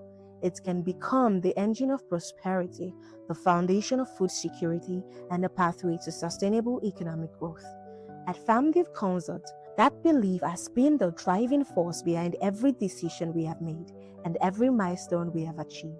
Our journey began with a vision to transform agriculture into a profitable, sustainable, and globally competitive enterprise. A vision to empower farmers, support agribusiness, attract investment, and unlock Africa's vast agricultural potential. Over the past year, that vision has been tested, refined, and strengthened. The journey has not always been easy. We have faced uncertainty, rising production costs, and countless obstacles that often accompany the pursuit of something meaningful. Yet, every challenge strengthened our resolve and reminded us why we started. Over the last 1 year, we expanded our agricultural consulting services, helping individuals, businesses, and institutions make informed investment decisions and build profitable agricultural enterprises.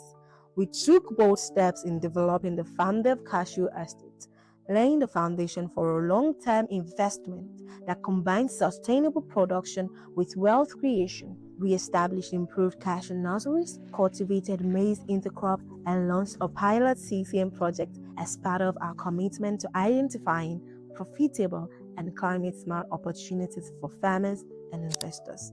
Across every project, our focus has remained the same: to demonstrate that agriculture, when approached strategically, can be both impactful and highly profitable. Beyond the farms, we have invested in people through training programs, advisory services, webinars, field demonstrations, and strategic engagements. We have equipped aspiring farmers, agripreneurs, investors, and agricultural professionals with practical knowledge to succeed, because we know that the future of agriculture will not be built by land alone. It will be built by informed people, innovative ideas, strategic partnership, and bold leadership. One of the defining moments of our journey has been creating platforms that bring the agricultural ecosystem together. The Africa Agribusiness Summit is more than an event. It is a movement, a platform where policymakers, researchers, investors, entrepreneurs, development partners, financial institutions, and young agripreneurs come together with one shared purpose: to transform Africa's agricultural landscape.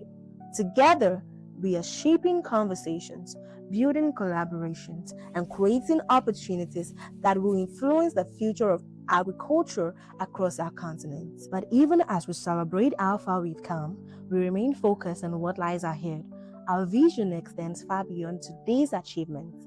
We envision an Africa where agriculture is empowered by innovation, driven by technology, strengthened by collaboration, and positioned as one of the continent's greatest economic assets. This vision is ambitious, but every great achievement begins with the courage to dream and the discipline to build. As we reflect on the past year, we are filled with gratitude for our clients who trusted us, our partners who believed in us, our dedicated team whose commitment made every milestone possible, and every farmer, investor, supporter, and stakeholder who has been part of this incredible journey. Together, we have shown that agriculture is not just about growing crops, it is about growing businesses, growing communities, growing economies, growing hope. Our story is still being written.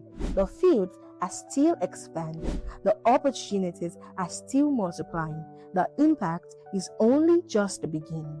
At FARMDEV Consults, we are building more than farms. We are building a legacy that will inspire generations to come. And as we look to the future, we invite you to be part of this journey. Together, we can transform agriculture. Together, we can create prosperity. Together, we can strengthen food security. Together, we can transform Africa's agricultural landscape. Together, we can help feed the world. This is FARMDEV Consult, redefining agriculture.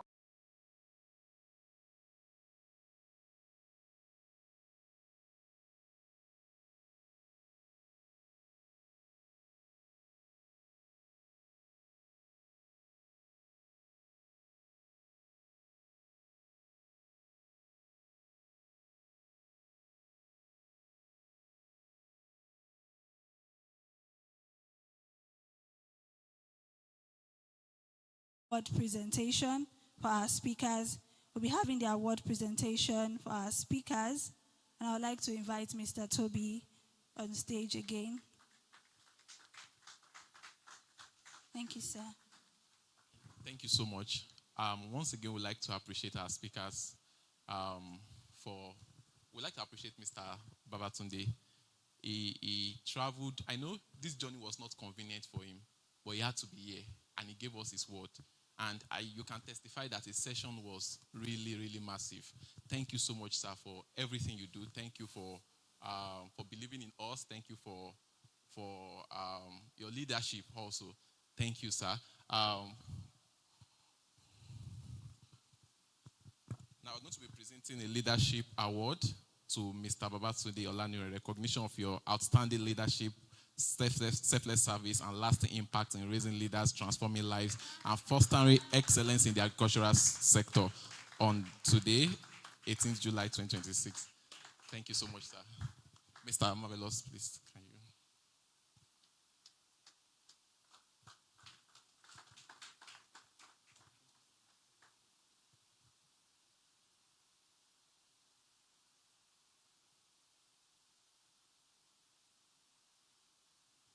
Thank you so much, sir. Yes, sir. And also to our speaker, Mr. Alfred Okane. Funny enough, we've known for a while, and this is we've been communicating online for a while, for years now, and this is the first time we are getting to see or to meet physically. When we told him about the conference, he was considerate. He was like, I wish I would be able to do this to like bring him down and all of that. I'm not charging you or anything and all of that, but his heart is really in this particular conference that he came from. And we can see it from his presentation. He gave us an executive masterclass on African agribusiness. Thank you so much, sir, for all you do in the agricultural space. Thank you for your leadership, for your excellence. And Mr. Marvelous will be inviting you to present this. This is a Distinguished Leadership Award, proudly presented to Mr. Okane Alfred in recognition of your outstanding leadership, selfless service, lasting impact in raising leaders, transforming lives, and fostering excellence in the agricultural space. Thank you, sir, for all that you do. We really celebrate you, sir. Thank you, sir.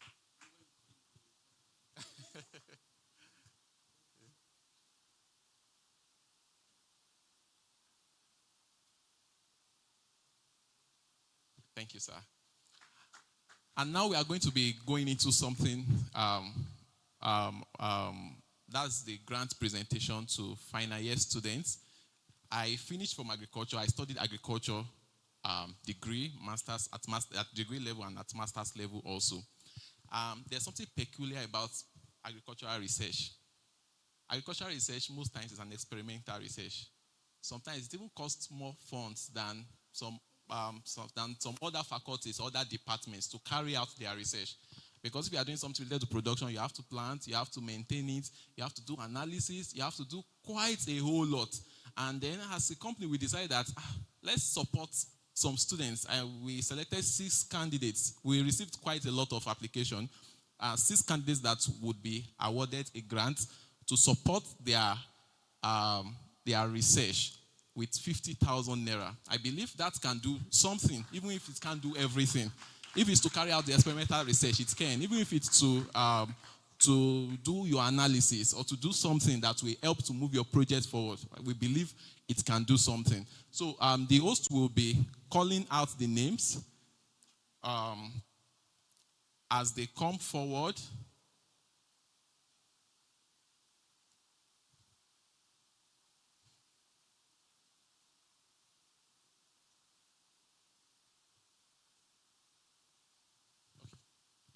So as they come forward to receive the grant,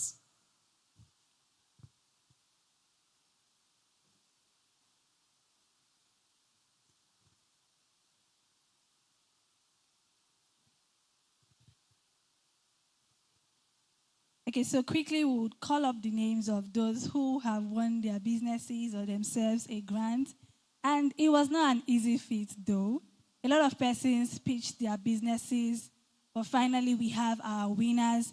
And from the beginning of the summit, we said something like, if you just keep your ideas in a box, if you don't take a step to, bring it to pass or start doing something about it, it will just be there. So these people that have won themselves a grant, won their businesses a grant today, they don't have it all figured out, but they are taking the first step to actualize their visions. So please, even as we call them on stage, I want you to welcome them with a resounding round of applause.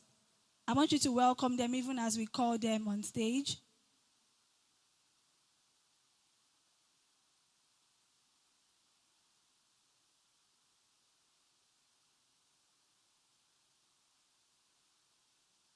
Sorry, we'll call them on stage just a minute.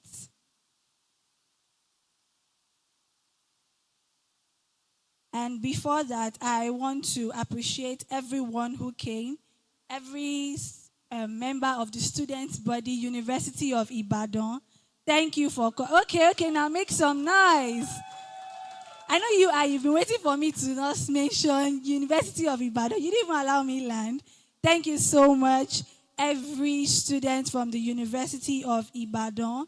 We appreciate you being here today. We also want to appreciate the faculty presidents now. I don't have the exact faculty, but you know yourself. Thank you for organizing your students. Comrade, Senior, Jegede, thank you for coming. The General Secretary, SUG, Federal College of Forestry, Ibadan. Comrade Owolabi, Blessing. Thank you so much for coming and for organizing your students to be here today. So I have the names of our winners. Miss Elizabeth, in no particular order, right? Okay, thank you. So first on my list, we have Emiola Deborah Favor. Please hype your own. It's not easy. Emiola Deborah Favor. As some persons are wondering, will she call my name? Will my name be announced? Beautiful, stylish Miss Favor.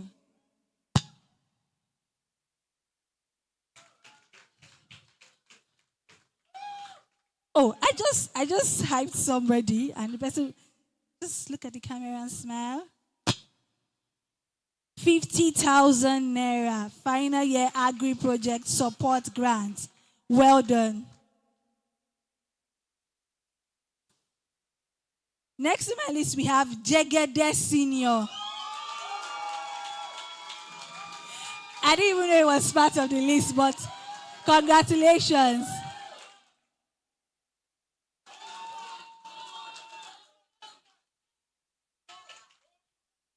Ogo. Is it 5G or 4G? No F word, thank you. Okay. Next on the list, we have Victor Oluwaseyi. Don't tell me Victor has gone home. Okay, I will take the money. Thank you so much. I will just take the money. Victor has gone home, right? So you give it to Anita Itoma. Can you change the name there? Next on the list, we have Ogunde Precious. Where is she? Where is he? Oh, wow. Abolade Abdullahi. Can you make your way forward? This one, everybody is just wearing fila. And finally, on the list of our winners, we have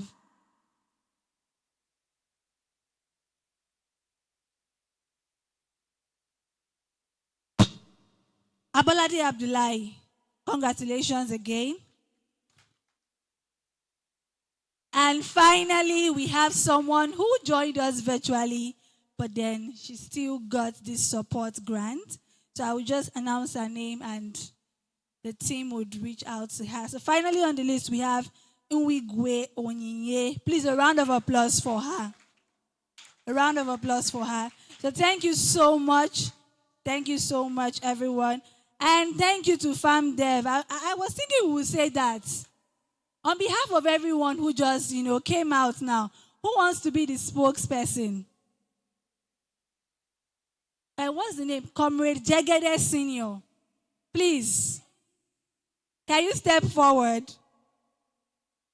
Where is he? Suddenly, I can't find him. Okay, so on behalf of your fellow winners, you're going to say thank you to FARMDEV for this beautiful and amazing initiative.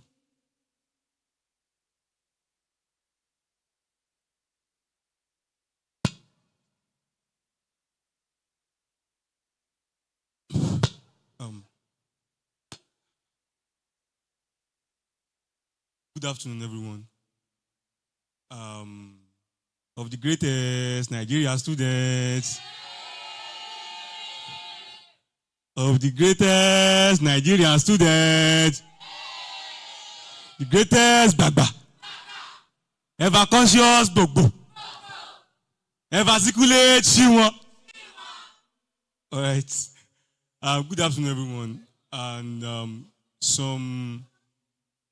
some weeks ago, I got a message from someone as regards this particular program.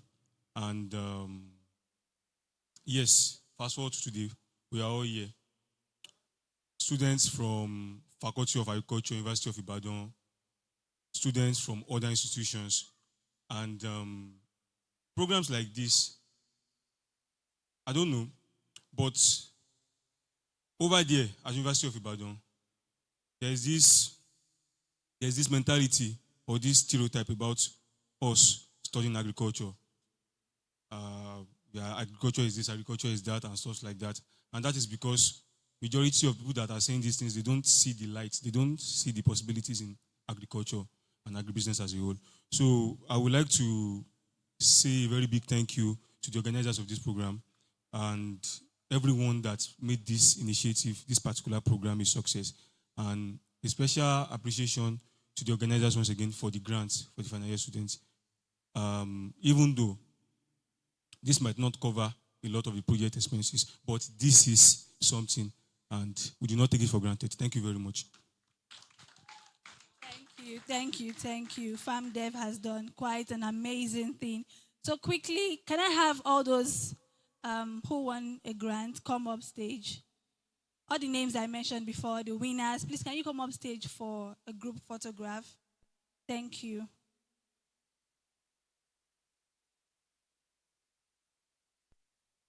We are waiting for you.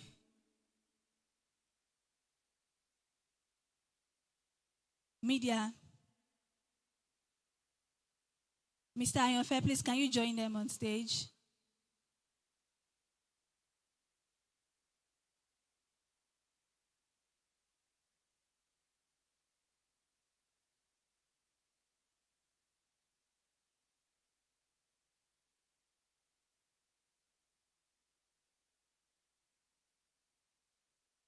So while they are doing that, we want to look into a particular project, the FARMDEV City, that FARMDEV Consults is working to put together.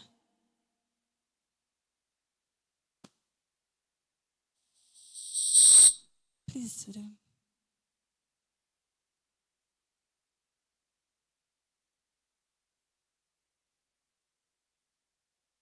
Okay, media, can we have it? FARMDEV.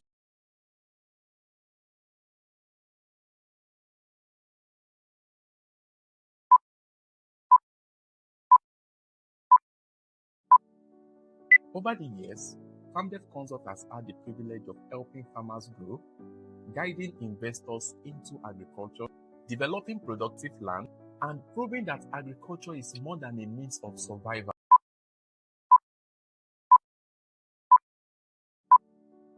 Over the years, FARMDEV Consult has had the privilege of helping farmers grow, guiding investors into agriculture, developing productive land, and proving that agriculture is more than a means of survival.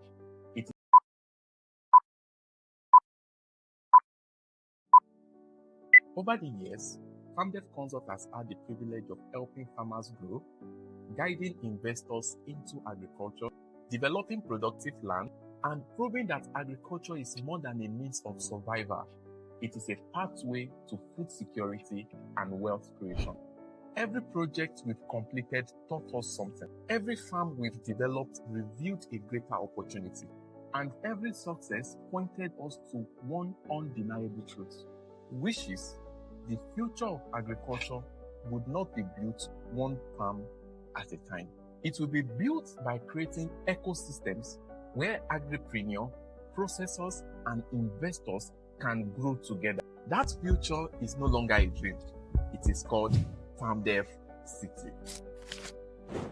FARMDEV City is a 2,000-acre integrated agricultural city designed to bring every critical component of the agricultural value chain into one thriving ecosystem. It is where large-scale commercial crop production, livestock farming, food processing, agribusiness innovation, research, training, and investment come together to create sustainable economic growth. The city will feature dedicated commercial farming clusters for food and cash crops, an integrated livestock production hub, modern processing and value addition facilities, warehousing and logistic infrastructure, agricultural research and innovation centers, training and enterprise development hubs, renewable energy solutions, and purpose-built spaces for agribusiness to establish and grow. Beyond agriculture, FARMDEV City is designed as a destination where people can live, work, invest, and thrive. The master plan includes thoughtfully planned residential communities, recreational parks, and a signature golf course, providing a serene environment for relaxation, networking, and leisure. This is a city where food is produced, processed, packaged, marketed, and prepared for local and international markets. Every element of FARMDEV City has been intentionally designed to complement the others.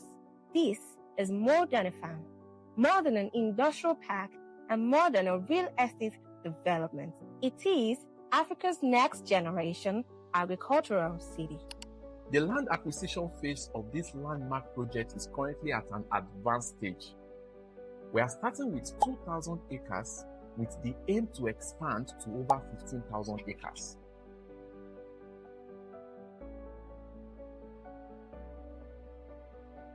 We invite investors, development partners, and strategic collaborators to join us on this journey. Together, we can build more than farms, build agricultural industries, create jobs. This is FARMDEV City.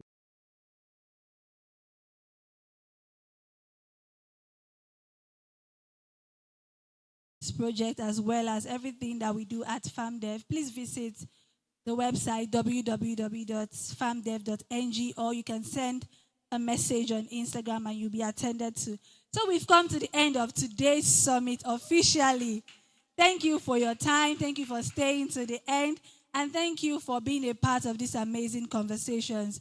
For the vote of thanks officially, I would like to invite Mr. Marvelous as he takes the vote of thanks. Thank you, sir. A round of applause for our host once more. Thank you so much, Haiti. She did an excellent job. On behalf of the farm management team, I want to appreciate everyone that stayed to the end of this session. Special thanks to all our guests, our panels, that even if the panel session did not hold, we are also grateful for representative of the Nigerian Youth Service Corps from University of Ibadan, investors, the farmers community, and everyone that made it here. I want to believe you had value for your time. Okay. Just to mention that all of the conversations that started here does not necessarily end here. And as we make progress, there is room for more consultation. The website that was read out to you, there is a place to book consultation. So if you want to speak with an agro consultant or further conversation regarding what we discussed today, you can book for further consultation, or you send a message to any of our social media handles. Somebody will be there to attend to you. For the next edition of the African Agribusiness Summit, please watch out. We'll communicate the date. We promise it to be bigger, better, and we know that you'll also be 10 times better when next we converge. Have an amazing evening and see you in the next edition. God bless you.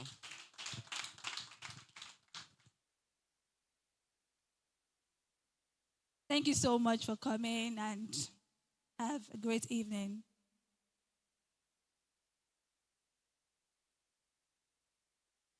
Once again, I've been your host for today. My name is Anita Itoha, and thank you for being part of this amazing experience.